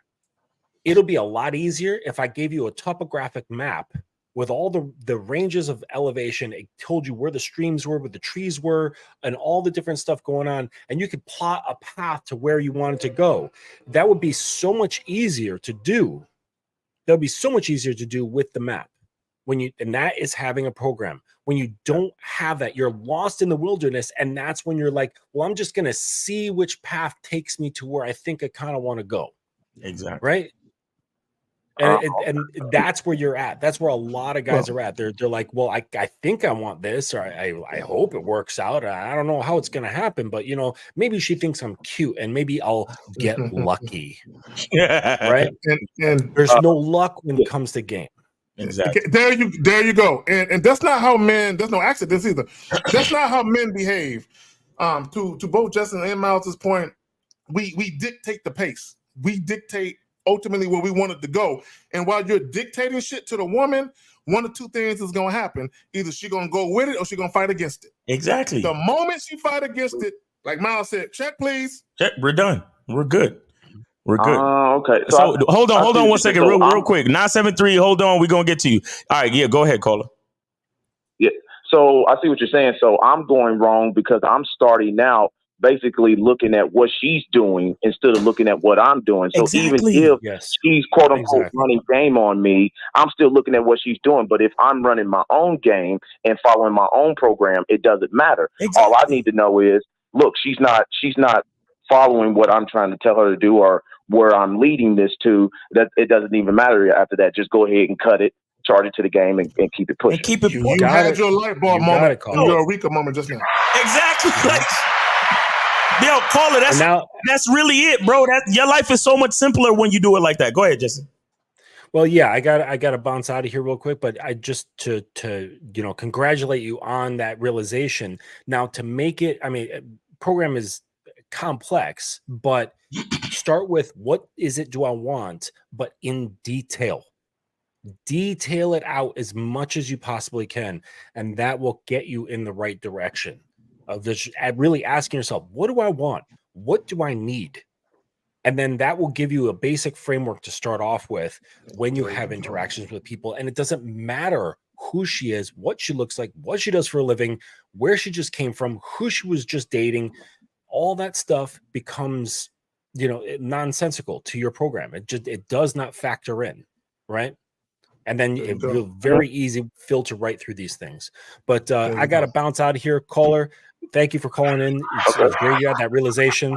Fellas, I'll talk to you later. Out for the game, man. And we'll see y'all in Vegas. All right, Justin. All right, Justin, take it easy. Be safe. Peace. All right, caller, you good, bro? Yeah, I'm good. Appreciate it, y'all. All right, man. Take it easy, man. Ooh, that's what's up. All right, thanks for the call. All right. And then we got 973. You're on live with the Manhood is a skill set show. Name, age, city. And how can we help? Shout out to you guys. Shout out to the chat. This is Cold Steel. Cold Steel. What's up, Cold Steel? Hey, it's 42, New Jersey. All right. Hey, so I have a different take than 95% of guys. So to address the topic is women do feel entitled, but for every entitled woman, there's a guy with a simp mentality. Mm-hmm. So it's a reaction to simps, basically. Right. And so I think that men in society are programmed to have thirst, fear of rejection, and to be subservient. Okay. To worry about what the woman wants instead of worrying about what you want. So, because it's like my philosophy when it comes to going on a date is different from like 90% of guys. So I think that a date shouldn't be food or entertainment. The date should be a fun activity that's the man's choice. So it could be just anything that's fun, like a card game, shooting pool, or smashing is good too. Right. I mean, like casual sex, but on the other hand, that's something that's easy. Well, I mean. Well, let me say this real quick. Let me say this real quick. I'm gonna tell a quick story, and I'm gonna show you what the fuck going on in your background. Because I'm impressed. Wait. Cold Steel. Do you have the show playing in the background? No, I got you on the phone to my ear on the regular phone. Okay. You just stayed in and out for a second there, but now you're back. Okay. Let me say. I'm gonna tell y'all the story. All right. So somebody is he the only one on the phone? Yeah, he don't. I don't know why is it. Are you listening to us? Are you doing this through an iPad or something? No. I just got the regular phone to my ear. Wow. I don't know if maybe it's on. I don't know if let me check real quick to see if it's on Wi-Fi calling. Okay. No. Just pause your shit for a moment. Just pause your shit so you can hear what I'm about to say. Just pause it for a moment. And you can unpause it when we come back. Damn, what the hell going on? I don't have anything saying. It's just a regular. I can't. Yeah, say what you gonna say. Zach. Okay. I can't. Okay. I'm gonna tell you a real quick story, and I'm gonna show you how real it is when you deal with women that just want to be in your physical presence. Mm-hmm. So, myself and a group of my fellas, we were sitting around, and we're just by ourselves, and some of them had girlfriends, some of us just had some chicks we was dealing with. Mm-hmm. So I think it was like a Saturday or a Sunday, middle of the day, sunny ass day in San Antonio. So we decided we was gonna go paintballing. Okay, we was gonna go paintballing. So at least one or two of the dudes it was like a bunch of us, like maybe 10 of us, and one or two of the guys, they were dating women that were like tomboy type chicks that was into that shit too. So they was like, man, once I invite y'all girls to that way, it'll be girls against guys, right? So Right. that's how it started, right? But what ended up happening was when everybody started calling up chicks that they was like cool with, not that they was just fucking, it had to be a chick you was like fucking with, you know what I'm saying? So what ended up happening was there was a bunch of chicks that came, but they didn't play no paintball. They said, I'm just gonna cheer you on. So chicks was literally taking a shower, getting dressed to come out and just watch a bunch of niggas running around paintballing. Right. Just cheerleaders, yeah. Yes, to be cheerleaders. So and again, it was only 2 dudes that had girlfriends. Everybody else just had some bitch they can invite. You know what I'm saying? All right, man, bitch, come on, support a nigga real quick. You know what I'm saying? So so the point I'm trying to make is when a chick is really, really down with you, I called one chick up. She was like, you really want me to come up? Oh my God, I feel so grateful that you want me to even meet your friends. And she was just grateful, you know what I'm saying, that she could even be around me in that capacity, because she's like, I can see him do something that he typically would do without me. So this is part of who he is, right? And then he with his boys. So I just want everybody to understand that when you're dealing with a woman that want to fuck with you on the strength of you, that they ain't tripping on where you invite them to. But go ahead, fam. Oh, right, because we got rid of the caller. Guys, call back, man. Call back. Or, I think somebody else had called earlier too. It was it was a 347 call. Yeah, but y'all could call back. Let me see. 973. I think this is Coast Steel. That's Coast Steel. That's you? 347 call. Yeah, that's me. Bro, I don't know. I don't know why the connection is like this, but we're hearing ourselves with your call. Is there echo on your side? Yeah, it stopped now. Go ahead. It stopped now. Okay. Yeah. Yeah. So yeah. So I think it's the fun activity is you having a good time, because like people always debate me on this. So the way I see it is if you have a fun activity that positions you as a leader, and it's going to be more fun, and then if you smash later, or that's even more fun. So she had twice as much fun with me as she had with the next guy. So it's like it also shows that you're not thirsty and not scared of rejection either. Right. Coach, still, I have a question for you, because you said fun activity a couple times. Are you doing what's fun to you, or what you think would be fun to the woman? I do what's fun to me, and it's fun. It's stuff that I think would be fun to the woman too, because it depends. Like say if it's a chick that's athletic, I might invite her to go jogging with me.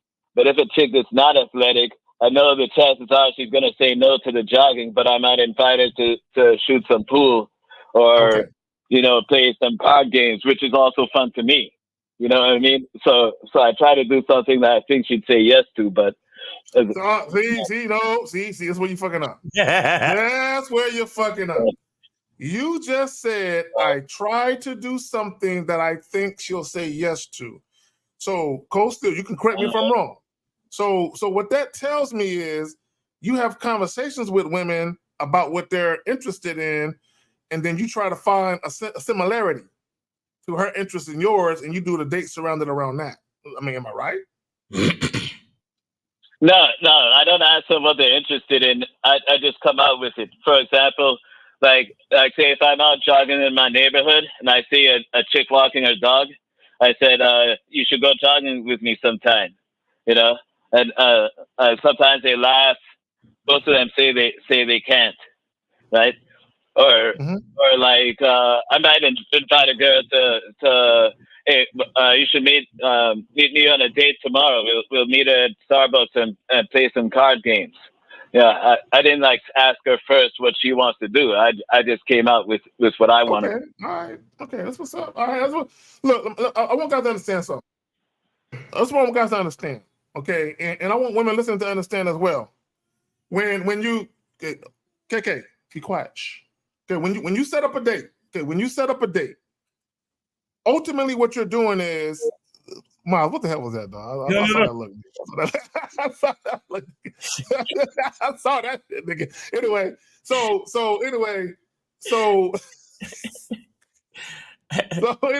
so real quick. So when you set up a date, I want guys to understand something, right? Again, Let's talk about the vetting process. Brought to you by Miles Cunningham and Lucario, right? You have a structured life. You have a certain way that you live your life. And when you invite women into your life, you're introducing them to who you are and what you are about, right? So the date, whatever date you set up, should be literally about what you are about. You're introducing a woman to you. You're saying, come into my world, let me show you something. Exactly. Right? So when you talk about compatibility, and I said this before, I'm gonna say it again, compatibility is existing in harmony without conflict. Right? So part of being harmonious is you introduce women to who you are and you see if they can flow with you or they're gonna flow against you. Either with the grain or against the grain. So if they with you, it's harmonious. If they against what you're trying to do, I don't like that date. You're not harmonious, and there's instant conflict. She done, right? So you always want to invite a woman into your world because, like, this is just me. And I'll pass it to Miles. Whenever I've dealt with women, I was never looking for a girlfriend. I didn't care about no girlfriend or wife. It's not to say that I had a problem with relationships or I had a problem with marriage. I'm just dating, having fun. Now, along the way, what I'm going to encounter inevitably, because I'm that nigga, is I'm going to encounter women that want to be with me beyond just fucking. Right. So if they want to be with me beyond just fucking, guess what they're going to do?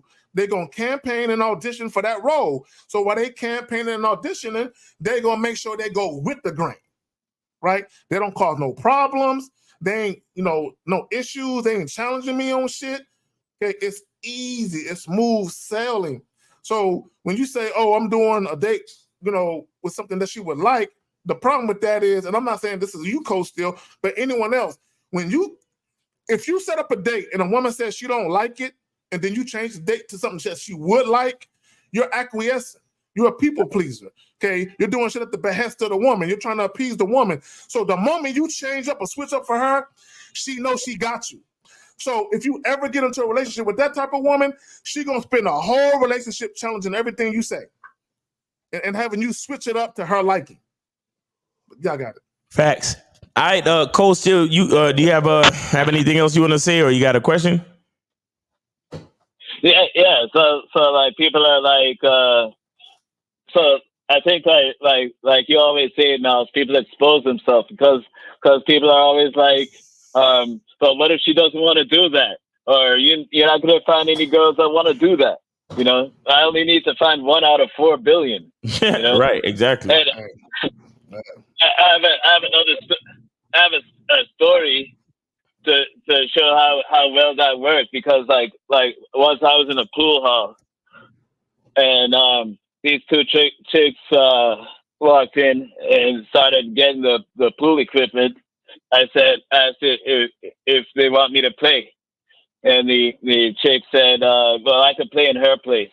So I played against the chick, and then another dude also came in, played against them in the place of the other girl. But that same girl I was speaking to, we were going back and forth, cracking jokes. Anyway, I was telling her about that I was into salsa dancing, etc. Playing the pool, and I told her we were gonna go salsa dancing the next night. Okay. And asked if she, and then I asked if she, before they left, I asked if she had plans tomorrow, and she said yeah. But anyway, at the salsa place, she and her friend, they dragged both of their dates to the salsa place. And I danced with her and her friend. I could tell her dates didn't want to be there. So I think that showed that they some suckers. They were some suckers. What's that? I said those guys, if they were dragged to those dates, they were some suckers. Right. You ain't dragging me no fucking where. I'm saying it ain't happening. Yeah, go ahead, Costa. The guys didn't dance at all. They just sat at the table. You can kind of tell they didn't want to be there. But I danced with her and her friend, and and I probably could have taken one of them home, but that was like a while ago. I would have tried. Costa, I would have tried to take one of them home simply because I would have looked at the dude dead in the eye while I was holding this chick. You a sucker. You a chump. She dragged you. You don't even want to be here. You know what I'm saying? Look, you fucking now. You don't want to dirty Mac and say no foul shit about the other niggas at the table. But I definitely would have been like, hey, look, when he take you home, give me a call after he drop you off. I would have been on that type of shit. Facts. Yeah. So I think I think that's just one example how like the fun activity gets the ball rolling in the right direction. I think. Yep. So exactly. All right. So yeah, man. All right, Coach, still appreciate you, fam. All right, Cole Steele, you take it easy, bro. Thanks for calling. All right. Peace. All right. Remember, guys, we got 2 tickets left to Vegas, man. Make sure you guys go get your tickets to Vegas and so we could see you there, guys. All right, guys. All right, man. Shout out 1950 in the building. Get your ticket to Las Vegas. The Silverbacks will be in the building. Yes. 1950 gonna be doing a speech, man. Y'all better be there, man. This history in the making. Y'all better go. Y'all better get your tickets. We only got 2. We get on the phone calls, right? Yeah, we get on phones right now. Yep. So let me get back to the title real quick. Why women feel entitled and the role women play. I want to read something to you guys, right? Because one of the things that I put on the thumbnail was cause and effect of pedestalizing women. So I just want to briefly explain what that means. Cause and effect mean. Okay, let's take the call. Hello. Yo, it's Zay calling back. Is who? This nigga, but you in the middle of my diatribe, nigga, you're gonna call back. Oh, what's up, Zay? Oh, what's up, man? What's going on with you? How old are you again? 22. Okay, all right, go ahead. So yeah, I was gonna save this for KZag, but like fuck it, I'll get the free game now, you know. So my question is, when you're trying to change, right? When you're trying to change, how do you? Because you still have the same thoughts from how you were before. What do you do when you get those thoughts, the same thoughts? That makes sense. But when you say change what exactly? You got to be a little more specific, man. Right. From being how you were before. Okay, but how were you before? I don't. You got a loser. Okay, hold on, real quick. I understand that you're talking about mindset, but be a little more specific. Okay, okay, so I'm trying to be like I'm very insecure, right? So I'm trying to be confident. Okay, I'm gonna ask you a question. You don't got to answer it, and we can do this in the coaching session. What are you insecure about exactly? I'd say people's perception of me. Oh, so you give a fuck what people think? Is that it? Yeah. You know what's so funny, Miles? I don't know if Lucario was watching, but if Lucario was watching, he might be laughing. Because in that motherfucking clip of the documentary in New York that we did, what did Lucario ask? How many of you give a fuck what people think about? Well, he probably didn't say give a fuck. How many of you got people think about you? Right. Look, let me tell y'all something. There are many reasons why men have trouble, or even women. It's not just a man thing. But we're talking about you men today. There's plenty of reasons why you just have trouble, but one of the biggest reasons why you have issues is because you give a fuck what people think. What have we been talking about all the whole show? Doing what you want to do, dictating the pace, letting women know this is what I'm trying to do. If you with it, you with it. We can move forward. If you're not, bye. You're outcome dependent. Okay. So Zay, like, so do you like who you are, bro? You need that masculine identity, I think, Miles. Hello? Yeah. Yeah. Do you like who you are? No. Do you like your life? No, I'd say no. You say no? I mean, I'm not happy with it completely. You're not happy with it completely. Okay. You know anything about the masculine identity membership? Yeah. Okay. Have you ever tried to join it? You ever joined it? Yeah, I was on it for a month. You was on it for a month, and you didn't get nothing from it? No, I did. Well, that was my question. Like, I got the information. I have notes on it too, right? But it's like whenever I get into my thoughts, it's like I just go back to the same person. And who is that? When you say go back to that same person, who's that person? Who are you talking about? Like, just fall into insecurity and like not going for what I want. Okay, so basically what you're saying is you just let negativity win. Yeah. Okay, so and why do you think that is?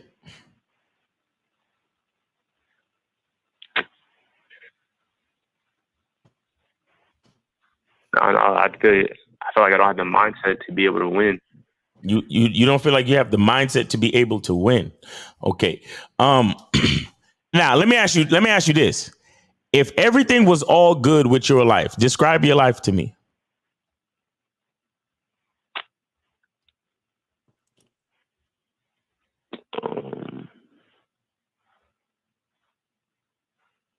Shit, I don't know. Excuse me? This shit is sad, bro. Wait, hold on. What'd you say? I said, shit, I don't even know. You don't even know. Okay. All right. Cool. All right. So see, that's a part of the problem, bro. Like you don't even like take the time to think about what you actually want for yourself. And if you don't take the time to figure out what you want for yourself, then like what are you improving to? You see what I'm saying? Like what would be your destination? You understand? Like you have to have some type of idea of what you want your life to be for you to have some type of game plan to make improvements. At this point, you're not even making improvements. And then if you have no game plan to improve your life, then how do you know your life is bad?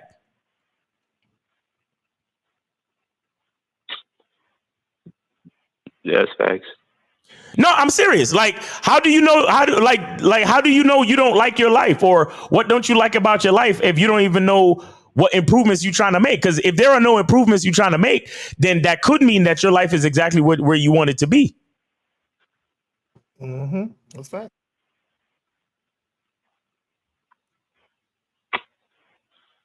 I just say like, Zay, bro, could you sound mad depressed, fam? I don't want you to do nothing stupid. Say, bro, let me ask you a question. Okay, you say you're 22 years old and you sound like you live in a boarding house. That's the old school term for like the 1940s and 50s, where you just rented out a room for some old white couple or some old individual. You know what I'm saying? So it don't have to be a white couple. It could have been a black couple too. But my point is this: old motherfuckers, right? Some old motherfuckers that just need some extra money, right? Now, goddamn racist. Yeah. So you're renting out a room. Is there a reason why you don't have you can rent out where do you live at? What city do you live in? Dayton, Ohio. So who? Dayton, Ohio. Dayton. This nigga sound mad depressed, but you hear his voice? Yeah, he don't even want to enunciate his words. Like, bro, do you really want help, or you do? What's going on with you, bro? I do. My bad. Can you at least pronounce your fucking words? Can you do that for us so we can understand you? Yes. Dayton, Ohio. Jesus Christ, huh? So you have a full-time job, right? Yeah. Do you have any kids? No. Do you have any debt? Debt, no. So you're not paying a car note? No. My parents are helping me with my car. Fam, okay, let me ask you a question. Okay, now you don't gotta say it, but do you even know your credit score? Do you know it? No. I don't have a credit card. Oh, God. No, you don't need to have a credit card to have a credit score, sir. Well, let me tell you the reason why I'm asking the Miles, because you said you renting a room. I'm curious as to why you don't have like a little studio or apartment where you have your own space. So let me ask you a question. Let me ask you another question. How much are you paying a month for that room that you're renting? Around $580 a month. Could you afford to pay more if you needed to? No, I'd have to get a better job. Fam, Fam, you got a job working 40 hours a week?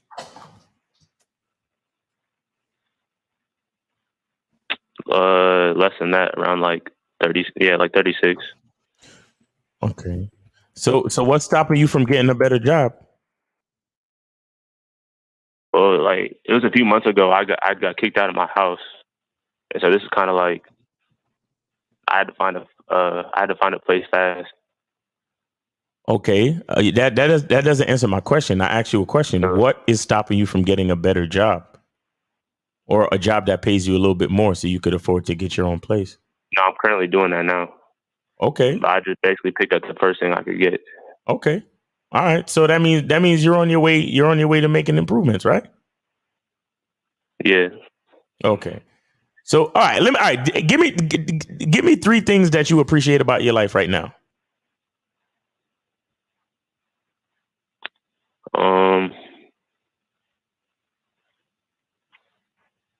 I appreciate having a vehicle. I'm getting help with that. I appreciate that I was able to find a place to stay after getting kicked out. And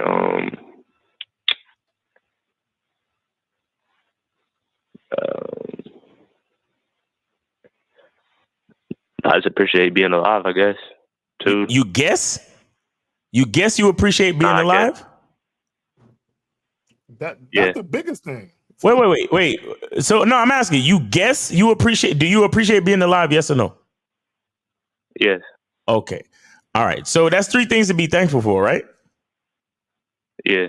Okay. So does that make you feel any better about your life or no? Yeah, it does. Okay. Does everybody have a car? No. Does everybody have a place to live? No. Is everybody alive? No. Okay. So that puts you in a privileged position then, somewhat, don't it? Yeah. Okay. So what we just did was an exercise in gratitude. You claim you was on the masculine identity membership. Did you ever take the gratitude video seriously and do your gratitude journal? Yeah, I did. How long? How long before you stopped? A few weeks, 3 weeks. 3 weeks. And ultimately, how long were you supposed to do it for? Every day. Okay. Have you been doing it every day? No. When was it? I just got you to be grateful for 3 things in your life. When was the last time you took time to be grateful for anything in your life? Before just now? Very recently, like, because I was on the membership, so I try to be thankful just waking up in the morning. You try. You see, bro. Did you try to wake up or did you wake up? I woke up. Oh, so how if you woke up and you didn't try to wake up, you woke up. So how do you try to be grateful for waking up when you woke up? Okay, I'm grateful for waking up. All I'm saying is watch your language, because obviously your language is fucking you up. Because you don't know whether you coming or going. You don't know whether you grateful or you trying to be grateful. Like, you look, we can't do none of this shit for you, bro. Nobody can do it for you. If you want better out of life, then you got to make the choice to go fucking get it. If you don't, then sit there and just be depressed and do what you do. You understand? Sit on your ass and just be mad or feel bad about your life and don't do nothing to change it. It's really up to you. Because as much as y'all niggas come to us for advice and this, that, and the third, the advice don't mean shit unless you're willing to take it. You get what I'm saying? Because even though you're not on a masculine identity membership anymore, does that stop you from doing what you learned from the How to Be Grateful video? No. Oh, okay. So you deciding not to do it was whose choice? It was mine. Oh, okay. All right. So you do understand that your life is of your own making. You do understand that, right? Yeah. Okay. Ain't nobody out here sorry for you, my nigga. I don't give a fuck how depressed you want to sound over the phone, how sad you want to be. You want to talk about the fact that you got kicked out and you just got the first job that you can get and you don't get to work 40 hours and all this other type of shit. The choice is yours. Whether you think you can or you think you can't, you're correct. And ain't nobody fucking sorry for you. You a grown ass man. Do what you're supposed to do for you, my nigga. Ain't nobody gonna do it for you. You know what, Miles? I just had a thought. And Zay, I need you to listen to this, because you just admitted that you was on the Bad Boy membership for just a few weeks. So what that tells me is you're trying to get the most while giving the least. So you just said you signed up for my Patreon a couple days ago. That's why you caught up about that coaching. You trying to get the most while doing the least. No, bro. At some point, no. Listen. Hold on. You can respond in a minute. I don't like that type of shit, right? Because at some point in time, you have to invest in yourself. Okay, and I want people to understand something. Investing in yourself as a man has nothing to do with women. Now, once you become that dude, the byproduct of that is women might fuck with you a little bit more.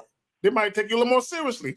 But that should never be the main thing. The main thing should always be growth, maturity, or maturation, and evolution. It should always be growing as a man. The fact that you grow as a man is like an oak tree, a big ass strong oak tree that can't be moved. And everything in your life is a branch of that. I need you to make yourself the most important thing, Zay. Okay, not no women, not the relationship between you and your parents. Make yourself the most important thing. Yeah, okay. All right. This nigga, yo, what happened, bro? Tell me what happened. What got you like this, my nigga? Nah, nothing happened. It's just whenever I talk about it, I just be sounding like that. I'm good. You sound like you fighting back tears and shit, nigga. Nah, what happened, bro? You got trauma? Did somebody mistreat you when you was a child? Like, what happened?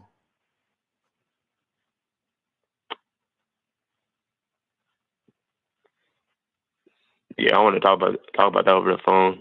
Oh, okay. So when did you schedule a consultation then? Because you need to talk about it. Or better yet, what's up with therapy? Have you tried getting therapy, homie? That's some bullshit. No, I haven't. Yeah, I think you need to try that, because let me tell you something. When you guys come to us, you got to have a baseline of confidence, bro. Because when you come to us, you got to be ready to take action and do shit. Because notice, he said he was on the Masculine Identity membership, right? There's a video on the Masculine Identity membership called How to Become Grateful. That video gives you action steps that you're supposed to complete the action steps for in a minimum of 30 days. He canceled his membership and stopped doing the shit. And like I said, even though you're not on the membership, that don't mean you need to stop doing the things. Just because you're not on a membership no more don't mean you can't take action. So what I'm trying to explain to you guys is, don't come to us if you're not even ready to take action. And if you're at a point where you're so paralyzed by negative thoughts and depression or sadness that you can't even take action, you need to talk to a fucking therapist. Don't come to us. We're not therapists. No, we're not. We're not. We are men who design plans of action. So you say you want to find a nice girl. We tell you, hey, you gonna be confident. You gonna put on some nice clothes, and you gonna go out from time to time, and you gonna meet women. That's all action. Okay. We're not here to help you to fucking pick your face up off the floor because of whatever perception you have about your own life or whatever happened to you in the past. Or we're not about that, bro. We're here to tell you the plans of action that are going to get you what you want. We're not here to help you with your internal perspective of the sadness of your life or anything like that. And I'm not saying this to make fun of niggas. I'm saying this because a lot of y'all niggas need real fucking therapy. We're not that. Mm-hmm. No, we're not. We are men of action. We take action over here, bro. Okay, and let me add this to what Miles saying. If you're suffering from clinical depression, we can't help you with that. You got to go seek a professional. Look, caller, real quick. For any of you who've ever been in youth sports, or if you've been a father and put your kid through youth sports, one of the things that they always say is, especially when it comes to football, hey, parents, teach your kids how to catch at home. Teach them like the little basics at home, so when they come out here, we can hit the ground running and teach them the shit that they really need to know. right? So the problem is a lot of you guys, like Miles said, the baseline, the basis. You don't have the foundation. Okay, we can't build your foundation for you, but we can help you build the house on the foundation. Right. We can help you put in the plumbing. Okay, we can help you put in the sidewall, but there has to be a foundation of a willingness to learn and a willingness to scrap all of that other bullshit you got going on that's fucking up with your mindset. But if you experience trauma, which is some real shit for some people, or any type of abuse or anything like that, we're not therapists. We can't help you with that. And let me just speak on that. If you experience some type of abuse or trauma, you need to be very careful who you share that with. Mm. Be very careful. Hold on, let me see. I'm gonna put a website in the chat, Zag, in the private chat for you, so you could paste it into the thing, because a lot of y'all cats, if y'all really got real issues, bro, y'all need to talk to somebody, bro. It's far beyond just game and hollering at bitches, bro. Y'all niggas got issues with your life, then get some fucking help for real. Take it seriously, bro. Because we want to see y'all niggas have a good life and be happy and live the type of life that you really want to live, bro. Like, this ain't it. Getting on the phone talking about this, that, and the third, and then when niggas ask you a question, you want to sound all sad and shit. Then, bro, you need to talk to somebody. You hear me, Zay? Yeah, I hear you. Yeah, man. So, Zag, you there? This nigga. There's a website called turnercounseling.org, TURNER counseling.org. And they do Skype calls and shit. So it don't matter what city you in, you could get real counseling with these guys. All right.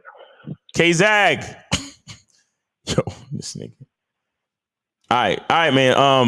If you go to the playback, you should be able to get the website, all right? Or like I said, TURNER counseling.org. That's the website. All right, so go check that out, bro. All right, I will. All right, man. Take it easy, man. Thanks for the call. All right, peace. Yeah. All right, let me turn off these phone lines real quick. Guys, there go the link. I think we have turnercounseling.org. Yeah, you guys go there, man. Some of y'all need real help, man. Some of y'all need real help. That's not where we come in. Like, you there has to be a baseline, so you're at least willing to take action to improve your own life. Now, we could give you, based on our experience, we could give you steps. We could give you, like, for example, the Bad Boy membership is all step-by-step shit, right? Even the Masculine Identity membership.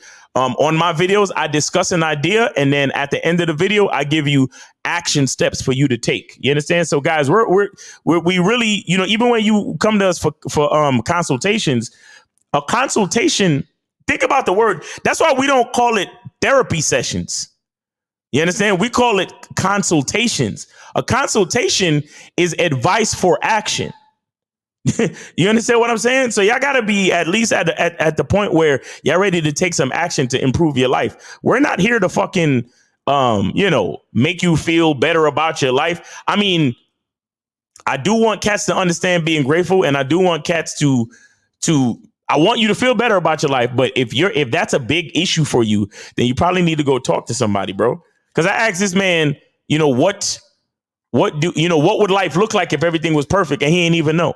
So you really don't even know what would make your life better at this point. So how can you make your life better when you don't even know what would make your life better? And the main reason why you don't know what would make your life better is because you don't really know who you are. You don't understand your identity. You don't understand your purpose and what you really want out of this life. Those are the type of things you got to have an idea of coming to guys like us. You see what I'm saying? So, and I will say this as well. And I don't want to, because I don't know, so I don't want to speculate too much, but I can tell that his home life wasn't great. Right. Because he said he got kicked out. And so he don't want to talk about it. Yeah, it seemed like he was at his wit's end and he just did whatever he had to do to survive, which that's what you're supposed to do. But he needs to address that. Okay, right. His upbringing, his family life, and because he was asking about where to take women back to fuck. Bro, the last thing, Zay, you need to be thinking about is some pussy, nigga. Get that shit out your mind, bro. fix your other shit. Because here's the problem. Here's the problem. Okay, and I said this about both men and women. There are both men and women who got issues. And then y'all go out on the dating scene, taking your issues with you and putting that shit on other people. Right. No, for me, this is my personal opinion, Miles.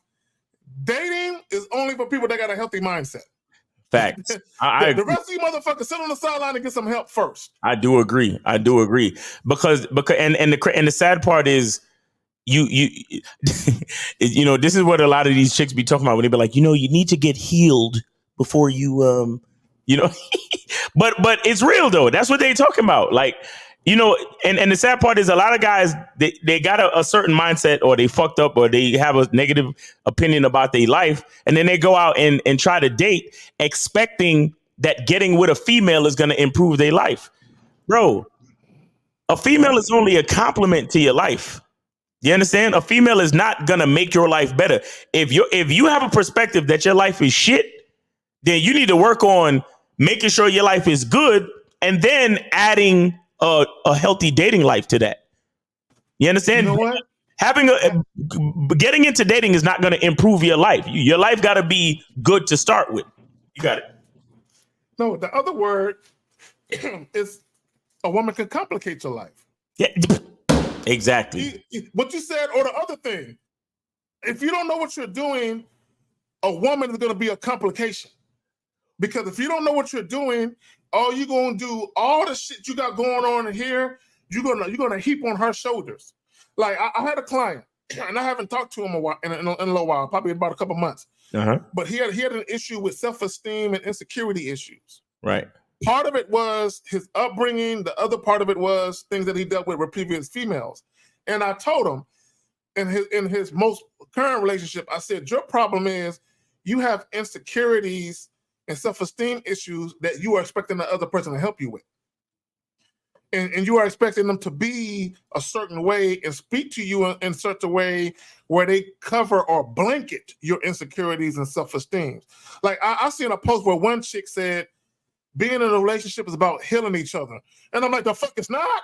No, it's not. You two dumb motherfuckers. No, man, you know, gentlemen and any woman listening, that is the worst thing. A relationship is not about healing the other person. Right. Because, and this is the thing I would say about healing. What are you healing from exactly? A breakup? Because somebody hurt your feelings? Okay. Are you healing from a real traumatic, abusive situation, which you need professional help for that? If you went through something real traumatic or abusive, you do not get with somebody that you fucking and that can care for you and like, I'm gonna use you to help me heal from this traumatic and all this. No, take your ass to someone who's skilled at being dealing with clinical depression or whatever the fuck you dealing with, and get some real help. But for me, a lot of you people that have breakups, y'all ain't went through nothing. Look, a chick cheating on you ain't nothing. Right. Women, a man cheating on you, that's not no real traumatic experience because somebody fucked somebody else. Get the fuck out of here. You know what I'm saying? Y'all ain't really went through nothing. Right. Like no, people be acting like they're going through some real life changes. Man, you know, my girl, man, I caught her sucking another nigga dick. Okay. All right, break up with her and move on. That's it. What's the deal? I don't know. Life ain't gonna wait for you to enjoy it. You know what I'm saying? Life is not gonna wait for you to enjoy it. So make your choice to enjoy it, or I don't know, continue to just be sitting there like I don't know. It's like, again, whether you choose to enjoy it or you choose not to, the choice is yours. Life is gonna be what it's gonna be.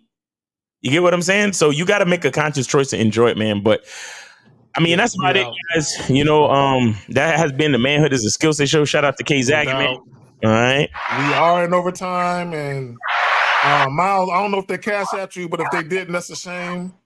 So I think I got like all right, cool. Like one or two. Hold on, let me see. I got one from JAB.